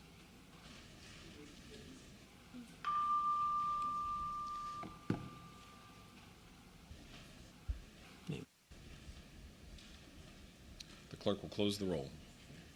Ayes 99, no 0. Ayes 99, no 0. The bills pass. Next category is Senate bills on third reading regular. I believe there are 10 bills left in this category. Senate Bill 1014 on the regular calendar. It seeks to amend the Code of Virginia related to restrictive covenants, prohibited use of Loudoun County recreational property. The bill is reported to the Committee on County, Cities, and Towns. There are no amendments.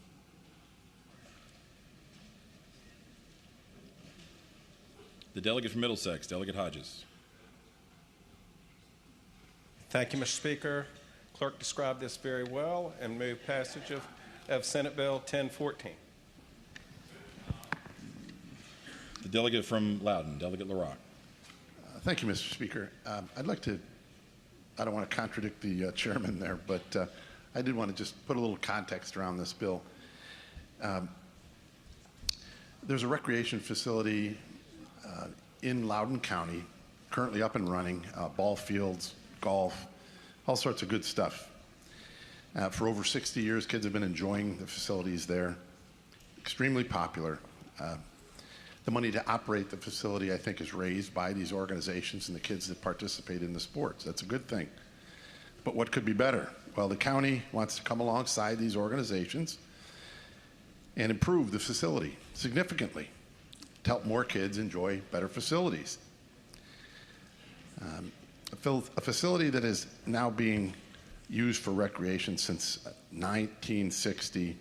Again, you would expect it to be very popular, and it is. The planning is underway by Loudoun County to do these improvements, and it was moving along. The community, again, very excited until a detail-oriented person, and we love those detail-oriented people, identified the need to pass this bill to allow the county, who wants to be good stewards of taxpayers' money, to do so without concerns about this restriction that was placed on this many, many years ago. So I'm sure we could debate the appropriateness of this, but it is exciting to think that we could just actually act on this with consideration to all involved, the community who wants this to happen, who's fully committed and ready to see this happen, because this will benefit many, many children.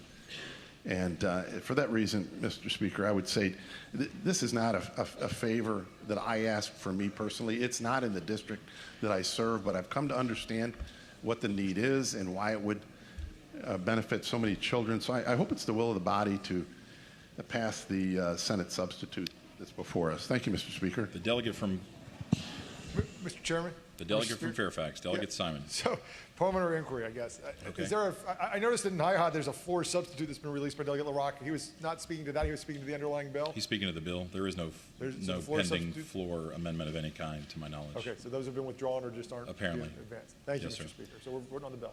The delegate from Fauquier, Delegate Weber. Will the gentleman from Loudoun yield for a question? Will the delegate yield for a question?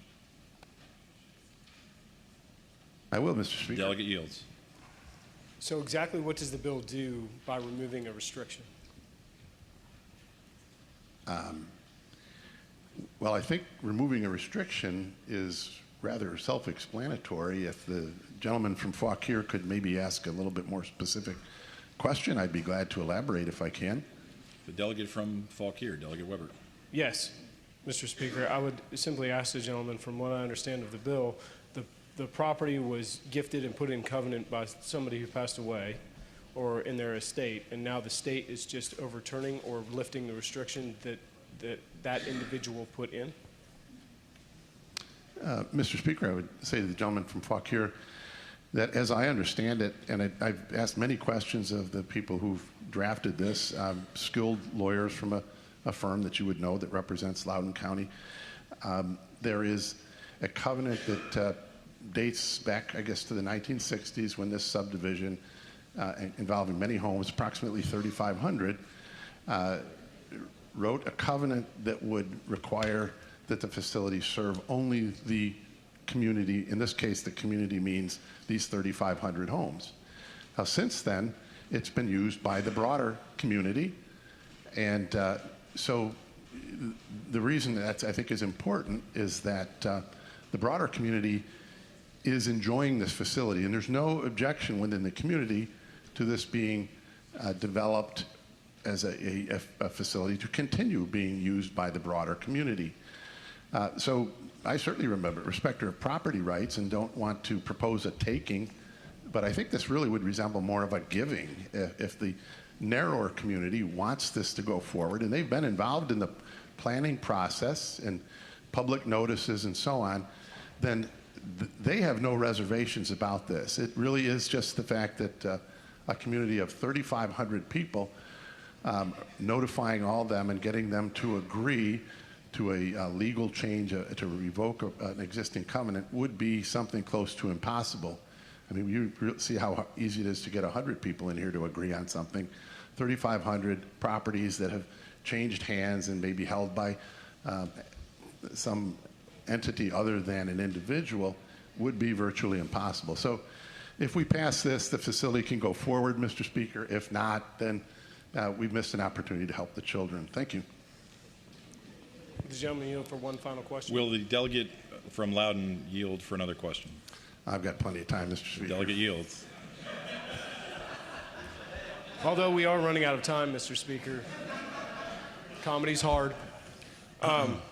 I would just simply say, so the gentleman basically says that the county could put in resources and other folks could put in resources to get all 3,500 homeowners to agree to change the covenant to allow the county to do what they're doing. But rather than doing that, they're going to come down here and just pass a piece of legislation.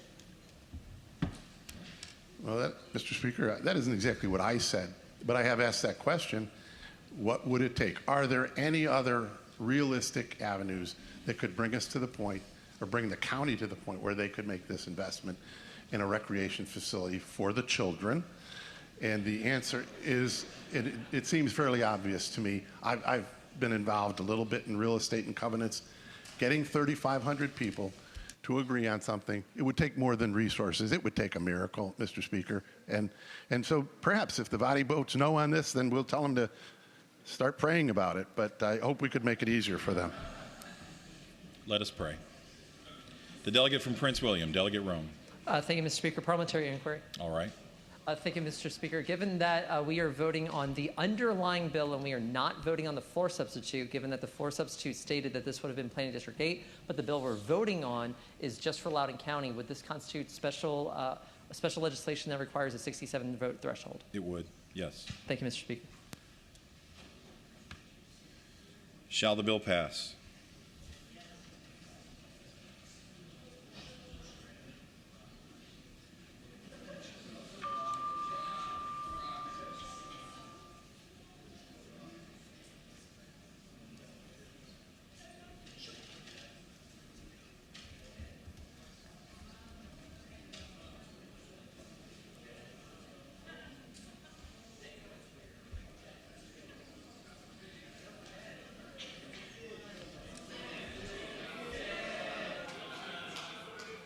Clerk will close the roll. Ayes 71, noes 27. Ayes 71, noes 27. The bill passes.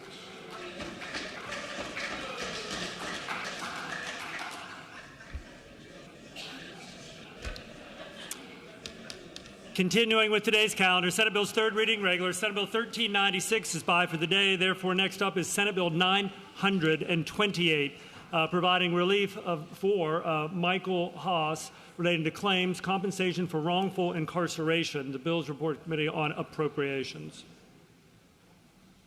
The delegate from Powhatan, Delegate Ware. Thank you, Mr. Speaker. This Senate bill is a cognate of mine that provides for the relief of Michael Haas, who served better than 2 decades behind bars. He was subsequently issued a writ of actual innocence unanimously by the Virginia State Court of Appeals, and accordingly we are providing compensation for that we do in any case of someone who has been wrongfully incarcerated by the Commonwealth. I move that we pass the bill. Shall the bill pass?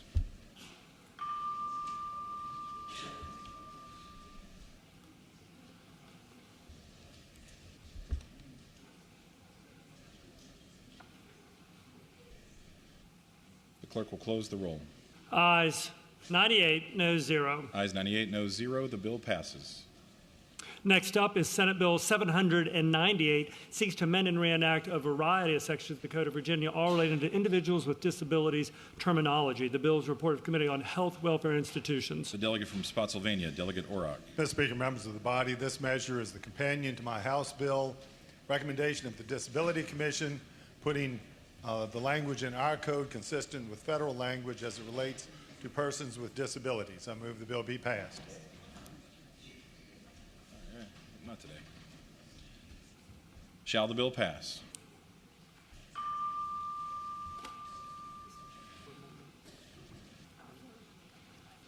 Oh, that's right. Bill's on Thursday. Never mind. Sorry.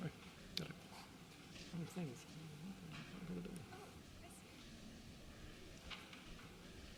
The clerk will close the roll. Ayes 96, noes 2. Ayes 96, noes 2. The bill passes. Senate Bill 1165 is by for the day. Over on page 16 of the printed calendar, Senate Bills 802 and 1005. or by for today, as is on top of page 17, Senate Bill 1222 by for today. Therefore, next up, Senate Bill's third reading, regular calendar, top of page 18. The bill before the body now is Senate Bill 959. It seeks to amend and reenact a section of the Code of Virginia relating to nutrient credit calculation outside the Chesapeake Bay watershed. The bill is reported to Committee on Agriculture, Chesapeake, and Natural Resources. The delegate from Powhatan, Delegate Ware. Thank you, Mr. Speaker. Senate Bill 959 establishes the nutrient credits generated through stream restoration projects certified by DEQ and located in Chesapeake Bay tributaries may be calculated using a delivery factor deemed by the director of the DEQ to be based on the best available scientific and technical information appropriate for tributaries outside the Chesapeake Bay watershed. I move that we pass the bill. Shall the bill pass?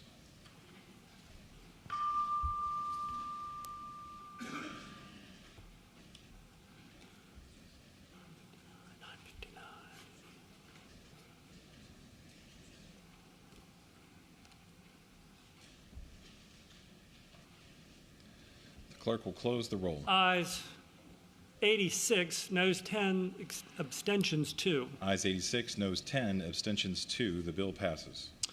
Senate Bill 1160, it would amend and reenact 3 sections of the Code of Virginia relating to the Virginia Marine Resources Commission and local wetlands boards, permit applications, public notice. The bill is reported from the Committee on Agriculture, Chesapeake, and Natural Resources. The delegate from Accomack, Delegate Bloxham.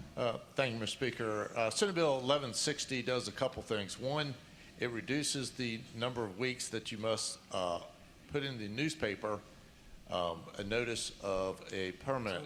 This is actually agreed to by the VPA, the Virginia Papers Association, Press Association, but it also increases the notification on regulatory town hall website, and it also increases the notification of any permits on the website. I move we pass the bill.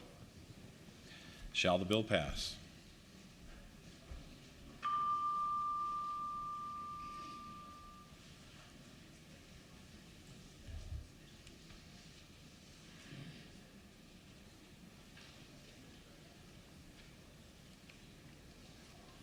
The clerk will close the roll. Ayes 58, noes 41. Ayes 58, noes 41. The bill passes. Senate Bill 1271, bottom of page 18, it seeks to amend the Code of Virginia relating to animal testing annual report. The bill was reported to the Committee on Agriculture, Chesapeake, and Natural Resources with an amendment nature as substitute. The delegate from Fauquier, Delegate Weber. Thank you, Mr. Speaker. Mr. Speaker, I move the committee substitute. Shall the committee substitute be agreed to? All those in favor say aye. Those opposed, no. The substitute is agreed to. The delegate from Fauquier. Thank you, Mr. Speaker. Mr. Speaker, Senate Bill 1271, as amended, matches my 2348, which cleared this House 98-2, I believe, and basically matches my bill and just says that if an institute of higher learning that has animal testing, that they publish their USDA report, and then if there's any incidents that they report those to the head of the university. And I move that we pass the bill. Shall the bill pass?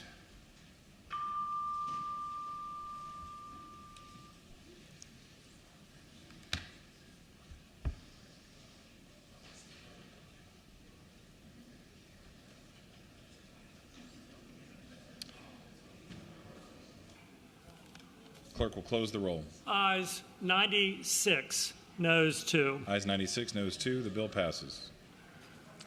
Top of page 19, Senate Bill 1350, directing the Secretary of Finance to assess a licensing scheme for liquid nicotine. Report. The bill is reported to the Committee on Finance, Mr. Speaker, with an amendment. The delegate from Arlington, Delegate Hope. Thank you, Mr. Speaker. I move the committee amendment. Shall the committee amendment be agreed to? All those in favor say aye. Aye. Those opposed, no. The amendment is agreed to. The delegate from Arlington. Thank you, Mr. Speaker. Senate Bill 1350 is now the companion bill to my House Bill 2296, which passed 95-4.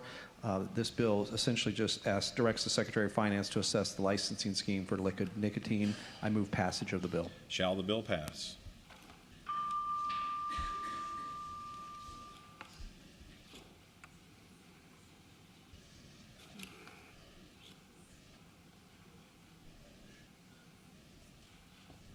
clerk will close the roll. Ayes 90, no 6. Ayes 90, no 6. The bill passes. Senate Bill 1376 seeks to amend and reenact various sections of the Code of Virginia, all relating to stormwater management, streamlining, federal conformity. The bill is reported to the Committee on Agriculture, Chesapeake, and Natural Resources. The delegate from Sussex, Delegate Waxman. Mr. Speaker, thank you, Mr. Speaker. Senate Bill 1376 is identical to my House Bill 1848, which this body passed 53 to 46. It passed unanimously in the Senate. What SB 1376 does is allow our farmers to enter an agreement with the state DEQ board to build buildings on their agricultural property as long as it's less than 5% of the total of their tract of land. This will help ease the burdens of some of the more stringent EPA requirements that are necessary for any purposes in addition to 5%. Do urge and move that this body pass this legislation. Shall the bill pass?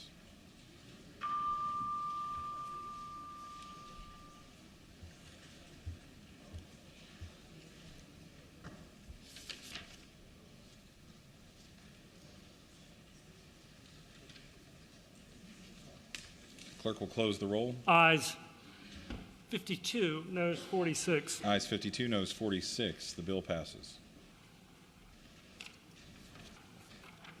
Continuing Senate Bill's third reading, regular, top of page 20 of the printed calendar, Senate Bill 1452, exempting certain nursing home services in Amherst County from the requirements of a certificate of public need. The bill is reported to the Committee on Health, Welfare, and Institutions with amendment nature substitute, subsequently reported by the Committee on Appropriations. Delegate from Spotsylvania, Delegate Orrock. Mr. Speaker, I move adoption of the committee substitute. Shall the committee substitute be agreed to? All those in favor say aye. Aye.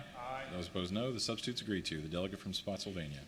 Mr. Speaker, members of the body, up until about 20 years ago, we routinely passed exceptions to the COPN, and they were very institution-specific. They were benefiting certain private sector interests. We have, in that time, not approved any of them. This one I'm wholeheartedly in support of because it's taking currently owned state property, which was the Central Virginia Training Center, and making it marketable for private use, but only if the private interests don't have to go through the COPN, having the assurance that the facility will be able to take nursing home residents. I move passage of the bill. Shall the bill pass?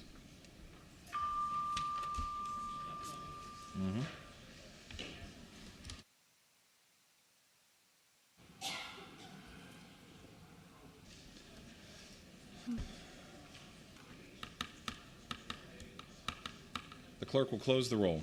Ayes 71, noes 25. Ayes 71, noes 25. The bill passes. The last bill in this category is Senate Bill 1459. It seeks to amend and reenact sections of the Code of Virginia relating to the administration of state government, prohibited applications, and websites. The bill is reported to the Committee on Communications, Technology, and Innovation. The delegate from Isle of Wight, Delegate Brewer. Thank you, Mr. Speaker. Senate Bill 1459 deals with the administration of state government contracts, prohibited applications, and websites.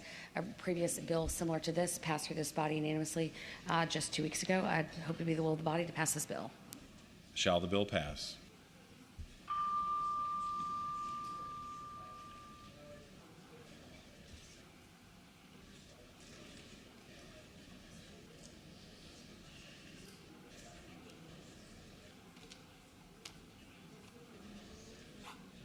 The clerk will close the roll. Ayes 74, noes 24. Nope, it changed right there after while you were. Oh, sorry. Ayes 74, noes 25. I apologize. Ayes 74, noes 25. The bill passes. Mr. Speaker, there are 6 bills, Senate Bill 825, 832, 1052, 1300, 1389, and 1453 that were all out of the block over to the regular calendar, but all 6 of those bills are by for the day, so that completes that section of the calendar. The delegate from Fairfax, Delegate Simon. All right. The clerk will continue. Continuing with today's calendar, next category is House bills with Senate amendments. House bills with Senate amendments, a dozen and a half or so bills in this category, beginning bottom of page 20. Bottom of page 20, Delegate Greenhall's House Bill 1375, relating to health insurance tobacco surcharge. The bill originally passed the House January 25th, subsequently passed Senate with an amendment, and that amendment and its passage is before the body. Delegate from Virginia Beach, Delegate Greenhall. Thank you, Mr. Speaker. The amendment is technical in nature, and I ask that we accept the Senate amendment. Shall the Senate amendment be adopted?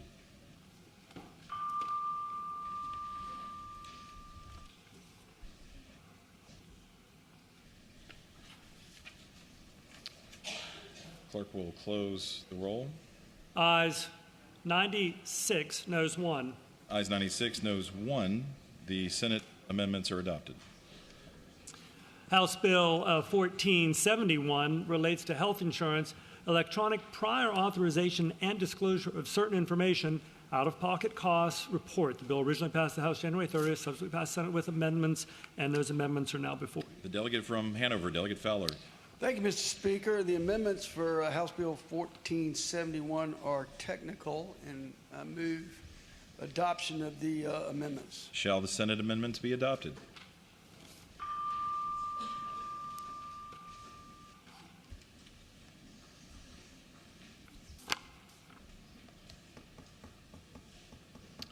Clerk will close the roll. Ayes 99, no 0. Ayes 99, no 0. The Senate amendments are adopted. House Bill 1637 relates to electric utilities, pilot program for underground transmission lines, additional project. The bill originally passed the House February 6th, subsequently passed the Senate with a substitute, and that amendment nature substitutes before you. The delegate from Fauquier, Delegate Weber. Thank you, Mr. Speaker. Mr. Speaker, I would ask that we reject the Senate amendments. Shall the Senate substitute be adopted?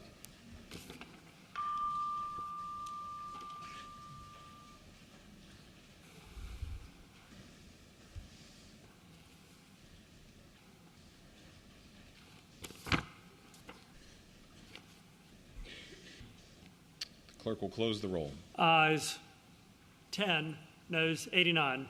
Ayes 10, noes 89. The Senate substitute is rejected. House Bill 1727 relates to credit unions, virtual currency, customer services. Bill originally passed the House January 18th, subsequently passed Senate with a substitute, which is before you now. The delegate from Botetourt, Delegate Head. Thank you, Mr. Speaker. The substitute does two things. It clarifies that credit unions must meet the same standard as banks to offer virtual currency custodial services in a fiduciary capacity, and it spells out BFI's authority to restrict or prohibit these fiduciary services, ensuring safety and soundness. So I would ask that we adopt the Senate substitute. Shall the Senate substitute be adopted?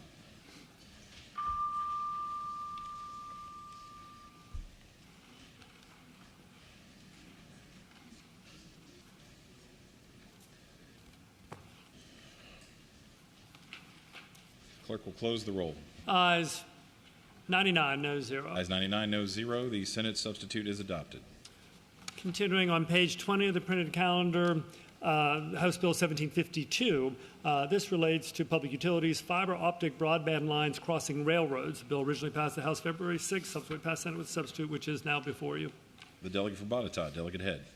Thank you, Mr. Speaker. This substitute conforms my bill to its Senate companion, which is Senate Bill 1029 by Senator Stanley, and it incorporates some additional feedback from the stakeholders. It puts us in the best possible posture to expedite the deployment of rural broadband. Substitute makes changes to the following key areas. It allows for greater cost recovery by the railroads to ensure that no subsidies exist, and it changes the overall process from a notice to an application with approval from the railroad. So I would ask that we would adopt the Senate substitute. Shall the Senate substitute be adopted?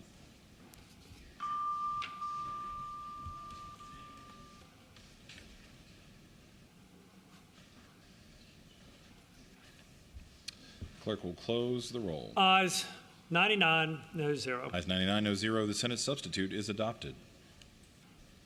House Bill 1895 relates to non-disclosure or confidentiality agreement, non-disparagement provisions, claims of sexual harassment. The bill was originally passed the House February 7th, subsequently passed the Senate with a substitute, and that amendment nature substitute is before the body. The delegate from Fairfax, Delegate Fillercorn. Mr. Speaker, Speaking to the bill. The delegate has the floor. Mr. Speaker, HB 1895, also known as Silence No More Act, prevents bad actors from using non-disclosure agreements and non-disparagement clauses to silence employees. It passed out of this chamber 98-1 2 weeks ago and is returned with a substitute from the Senate. It includes several minor changes. We had bipartisan support, Mr. Speaker, here. It's an important bill. And today I'm going to ask the body to reject the Senate amendments as we continue to work on this, sort out the differences between the House and the Senate, and make sure that we have bipartisan support moving forward. So I ask, Mr. Speaker, that we reject the Senate amendments.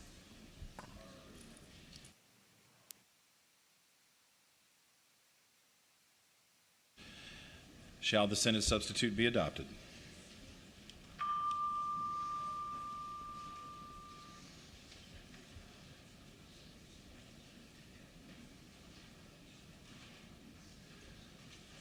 Clerk will close the roll. Ayes 0, noes 98. Ayes 0, noes 98. The Senate substitute is rejected.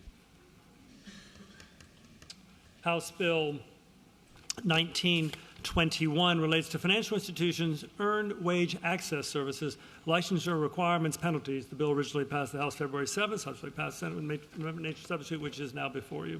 The delegate from James City County, Delegate Batten. Thank you, Mr. Speaker.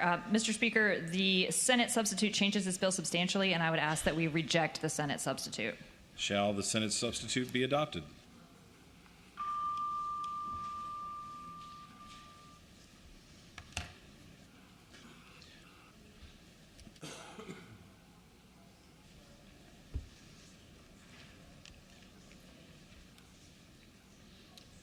The clerk will close the roll. Ayes 32, noes 66. Ayes 32, noes 66. The Senate substitute is rejected. House Bill 2010 relates to the Virginia Employment Commission, authorized representative or member of commission powers. The bill originally passed the House January 25th, subsequently passed Senate with the substitute, and that amendment nature substitute before the body. The delegate from Pennsylvania, Delegate Adams. Thank you, Mr. Speaker. House Bill 2010 allows the VEC Commissioner authority to designate representatives to exercise certain duties of the Commissioner, including the issuance of subpoenas to assist in a more streamlined prosecution of fraud. The Senate amendments specify that those representatives are to be employees of the Commission, specifically attorneys of the Commission. They also provide for an expedited hearing in circuit court on motions to quash such subpoenas. These are agreeable to the purpose of the bill. Therefore, I move that we accept the Senate amendments. Shall the Senate substitute be adopted?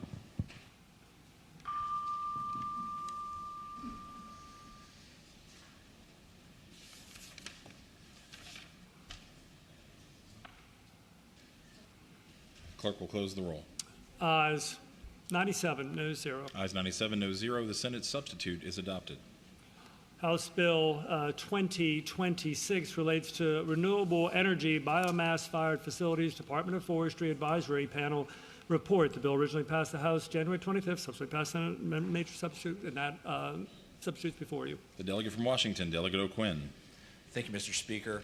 The Senate substitute is actually technically in nature and represents what is now a Peace in the Valley bill, which I think Commerce and Energy passed out last week, the Senate version 21-1. So I would move that we accept the Senate substitute.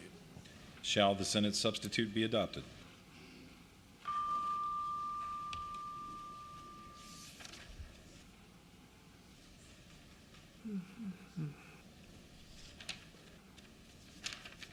Clerk will close the roll. Ayes 78, noes 21. Ayes 78, noes 21. The Senate substitute is adopted.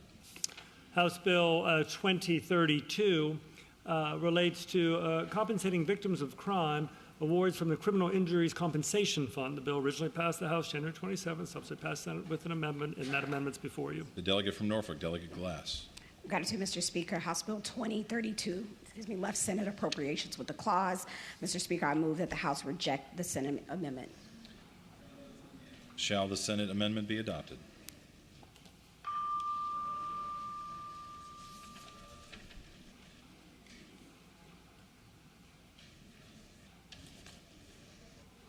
Clerk will close the roll.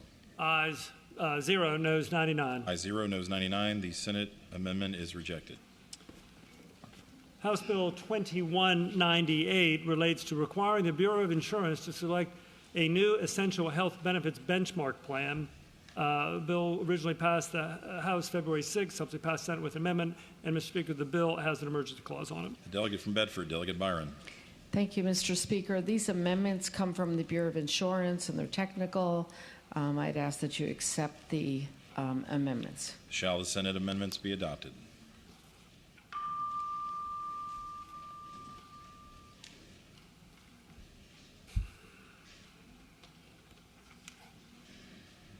Clerk will close the roll. Ayes 98, no zero. Ayes 98, no zero. The Senate amendments are adopted.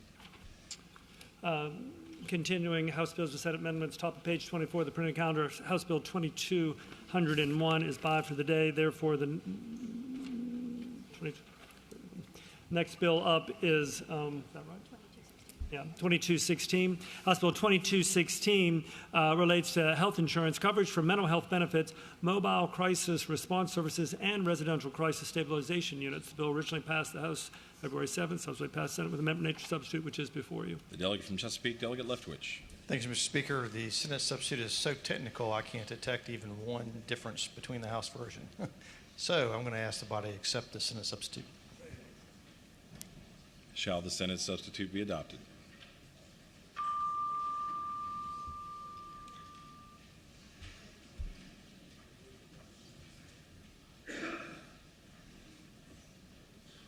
Clerk will close the roll. Excuse me. Ayes 99, no zero. Ayes 99, no zero. The Senate substitute is accepted. House Bill 2354 relates to health care provider panels, continuity of care. The bill originally passed the House January 31st, subsequently passed Senate with amendments, and those amendments are before you. The delegate from Spotsylvania, Delegate Orrock. Mr. Speaker, members of the body, I'm going to slow the train down for just a moment because this will be final passage. We were almost there. I know, we're almost. I blew it, Mr. Speaker. Sorry. But I just have to acknowledge at this point, I want to say thank you because of all the legislation that I think we will do this year, establishing nursing home staffing ratios is going to be one of the more significant things we will accomplish this session. It's been done in a bipartisan manner. It's been done with cooperation of the patient advocacy groups and the provider community. We have finally all gotten together that this is what we need to do, and we're now with this trying to chart a path forward to effect it. The Senate amendments are technical, and I hope that the body will accept the Senate amendments. Shall the Senate amendments be adopted?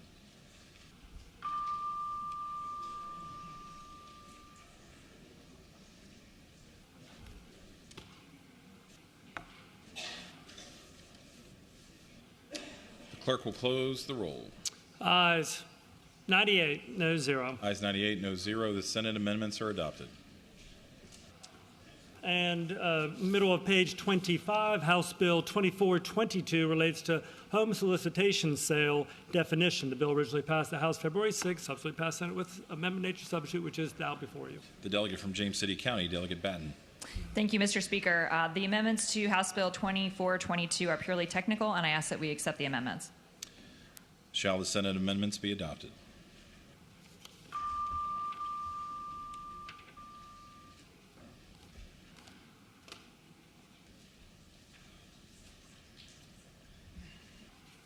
The clerk will close the roll.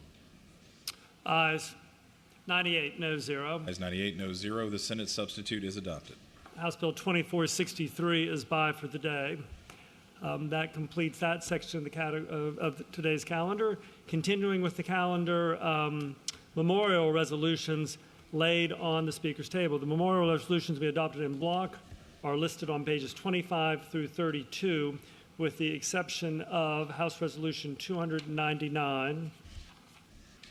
Does any member desire... House Resolution 666 and House Joint Resolution 711, as well as House Joint Resolution 717 and 722. Sorry. That's all right. Does any member desire to remove an additional resolution from the block?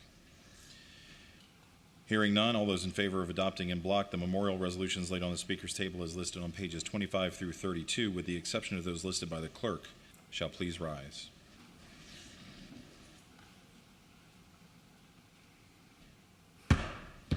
The resolutions are adopted.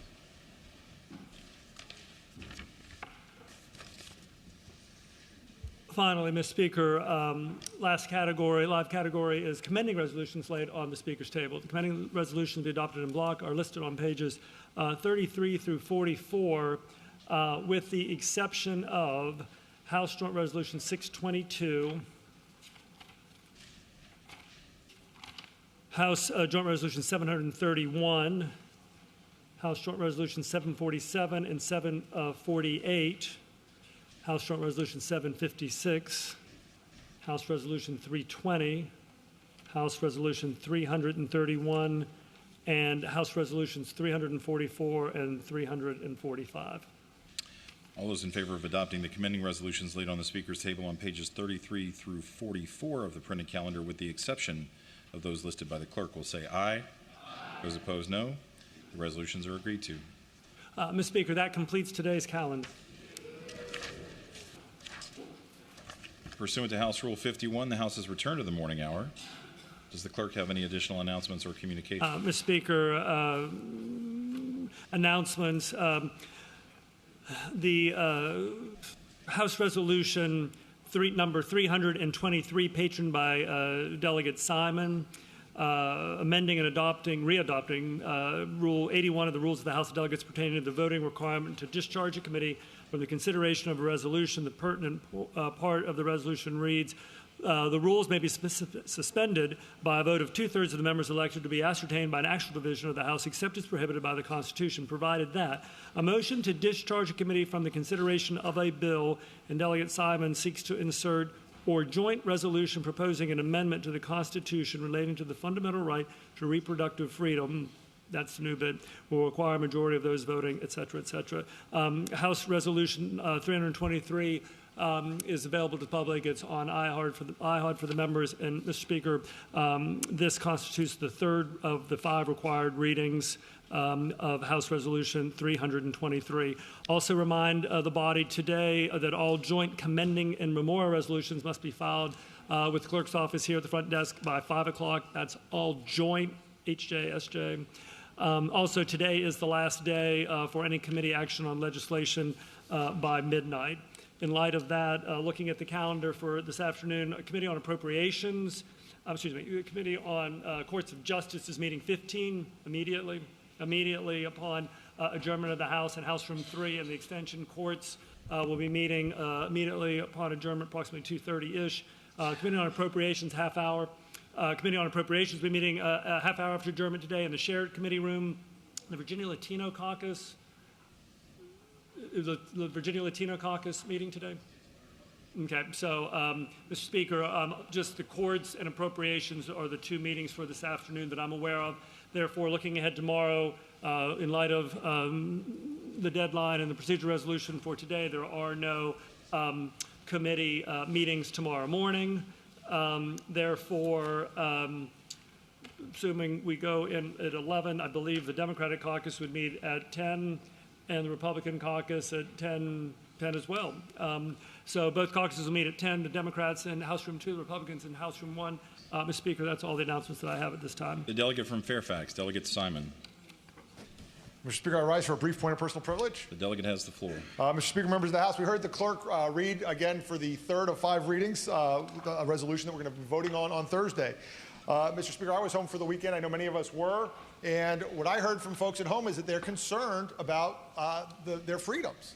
They're concerned about their freedom to become pregnant, their freedom to use birth control, their freedom to protect their menstrual data from government intrusions, and their freedom to have an abortion if that's what they decide they want to do. And, Mr. Speaker, they are right to be concerned because this body has failed to act, and they're counting on us to do something about this. And we've had opportunities to act. Last year, though, when we adopted a budget, we actually went backwards on protection for abortion rights, and we actually limited access to abortion with budget language we adopted last year and the budget language that you all voted to, again, insert in the budget this year.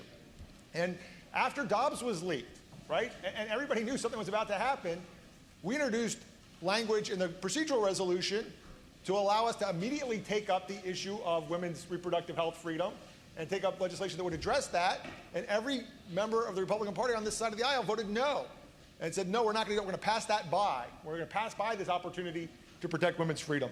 So, Mr. Speaker, members of the House, we are running out of time. We have a few days left, and then we're going to have a chance to vote. You all will have a chance to vote on whether you are going to, once again, pass by an opportunity to protect women's reproductive health freedom, or whether you will take the opportunity to have that vote, let everybody know where we stand, and say these are extraordinary times, right? We see horror stories. I can't describe them any other way. Terrible dystopian stories from other states that have banned abortion. And so people are rightly worried about what we're going to do here in Virginia.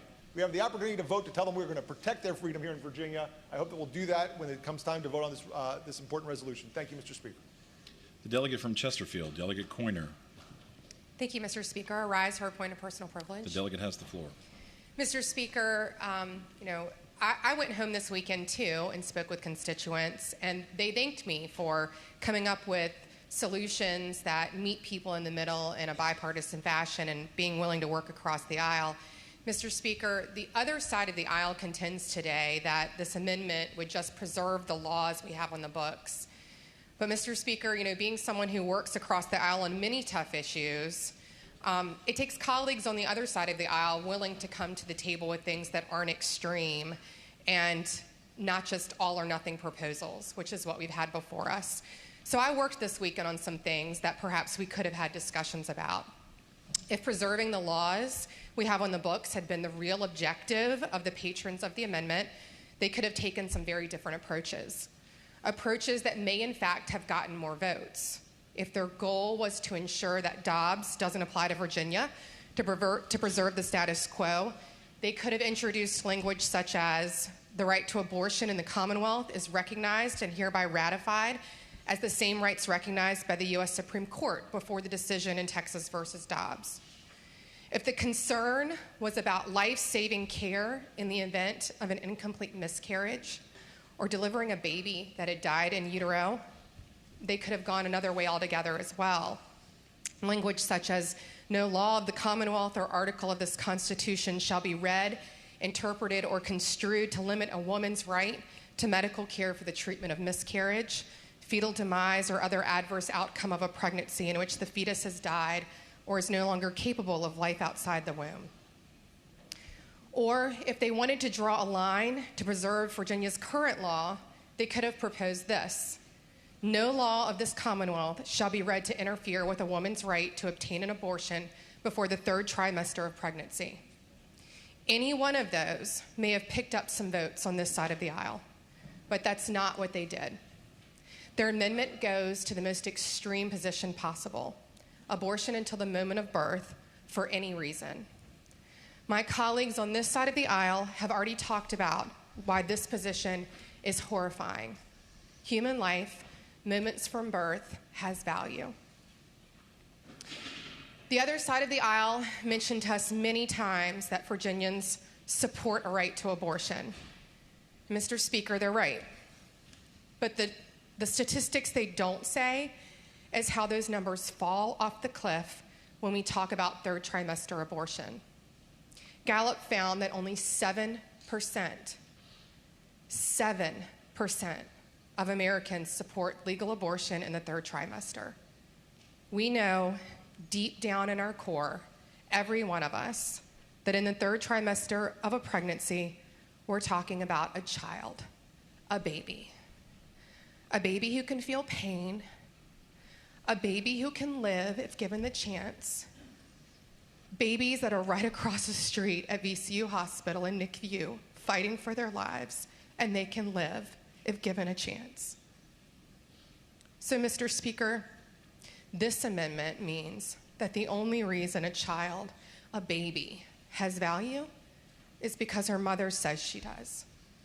And if she changes her mind, well, that's the mother's choice, and there's nothing anyone can do about it. Mr. Speaker, that's just wrong. Thank you.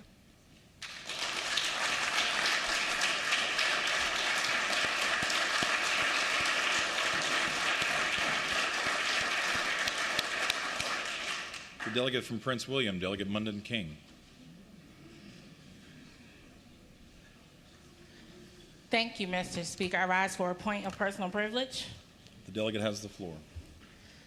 Mr. Speaker, just when I thought I'd said maybe enough on the subject, I had to rise and say, for the mother who can feel pain, for the mother who can watch their child without a skull in pain, for the child who can lose their mother due to pregnancy complications. That's why we actually filed a solution. And Mr. Speaker, it is very convenient to say, we could have said this or we could have said that.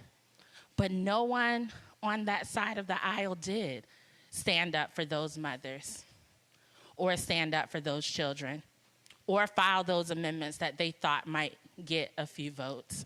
Not one single person.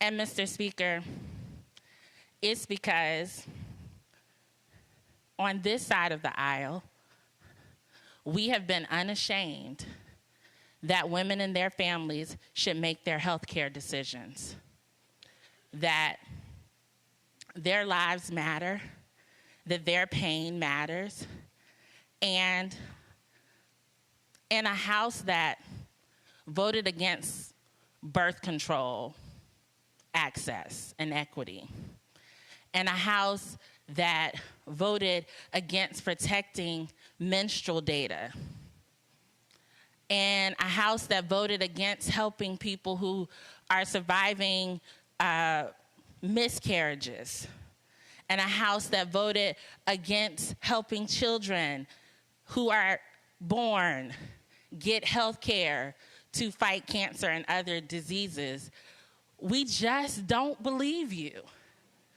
We don't believe that if we'd said it different, that we would have a different outcome. And that's why we're fighting for this to be heard. Because when the time came to have a debate, no one on the other side of the aisle was willing to fight for that. And so we all have stories. We all have perspectives. But, you know, don't tell us that if we'd just been a little more acceptable, if we worded it differently, if we were nicer or smiled when we said it, that maybe we would have had a different outcome, because we all know that's not true. But what we do have is the opportunity to have a vote on where we stand. Do we stand with those women who my colleague rightly said believe that Virginia's abortion law is fair, reasonable, and backed by science? Because the delegate is correct. Women in Virginia do believe that. So we can stand with them, or we can wordsmith and pretend that anything, if it's said differently, would get some support from our colleagues on the other side of the aisle, because unfortunately, very few are willing to extend that hand or stand up for the women of Virginia. Thank you, Mr. Speaker.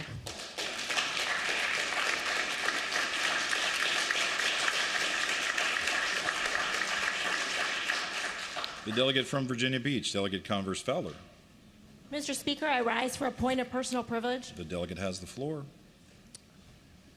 I'm going to take a different angle on this. Mr. Speaker, I just wanted to correct the record. Section 18-2 or point 2-74C in our code already says that certain conditions have to be met to have an abortion after the second trimester. 3 conditions already have to be met. And one of them, which seems to be ignored because we tried to put legislation in about it this year, says measures for life support for the product of such abortion or miscarriage must be available and utilized if there is any clearly visible evidence of viability. The first one was said operation must be performed in a licensed hospital. The second was 3 consulting physicians. And that was the third one. So every time someone in this body says that we are trying to make abortions legal and we're trying to expand abortion, no. We're trying to leave the code exactly the way it is and just protect that right. So I just wanted to correct the record, because I feel like this keeps getting said on a daily basis that this is happening when we're not trying to do that. We're just trying to preserve our rights as they are. Thank you, Mr. Speaker. Mr. Speaker. The delegate from Albemarle, Delegate Bell. Rise for point of personal privilege. The delegate has the floor. So, of course, we had a debate, lengthy debate on Friday in the committee, And the point of a constitutional amendment, of course, is that it overrides statutes. That's the whole point of it. You can't pass a statute that violates the Constitution. If you pass a Constitution that overrides the statute, the Constitution wins.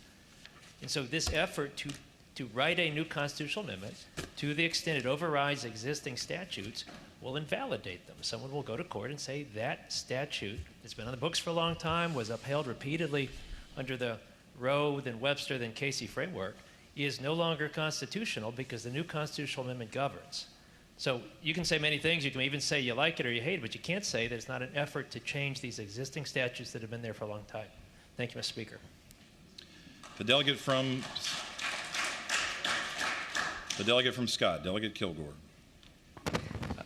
Mr. Speaker, have a motion. The delegate will state it. Mr. Speaker, I move that when the House adjourned today, adjourn to reconvene tomorrow at 11 a.m. The delegate from Scott, Delegate Kilgore, moves that when the House adjourns today, it adjourn to reconvene tomorrow at 11 a.m. As many as favor that motion will say aye.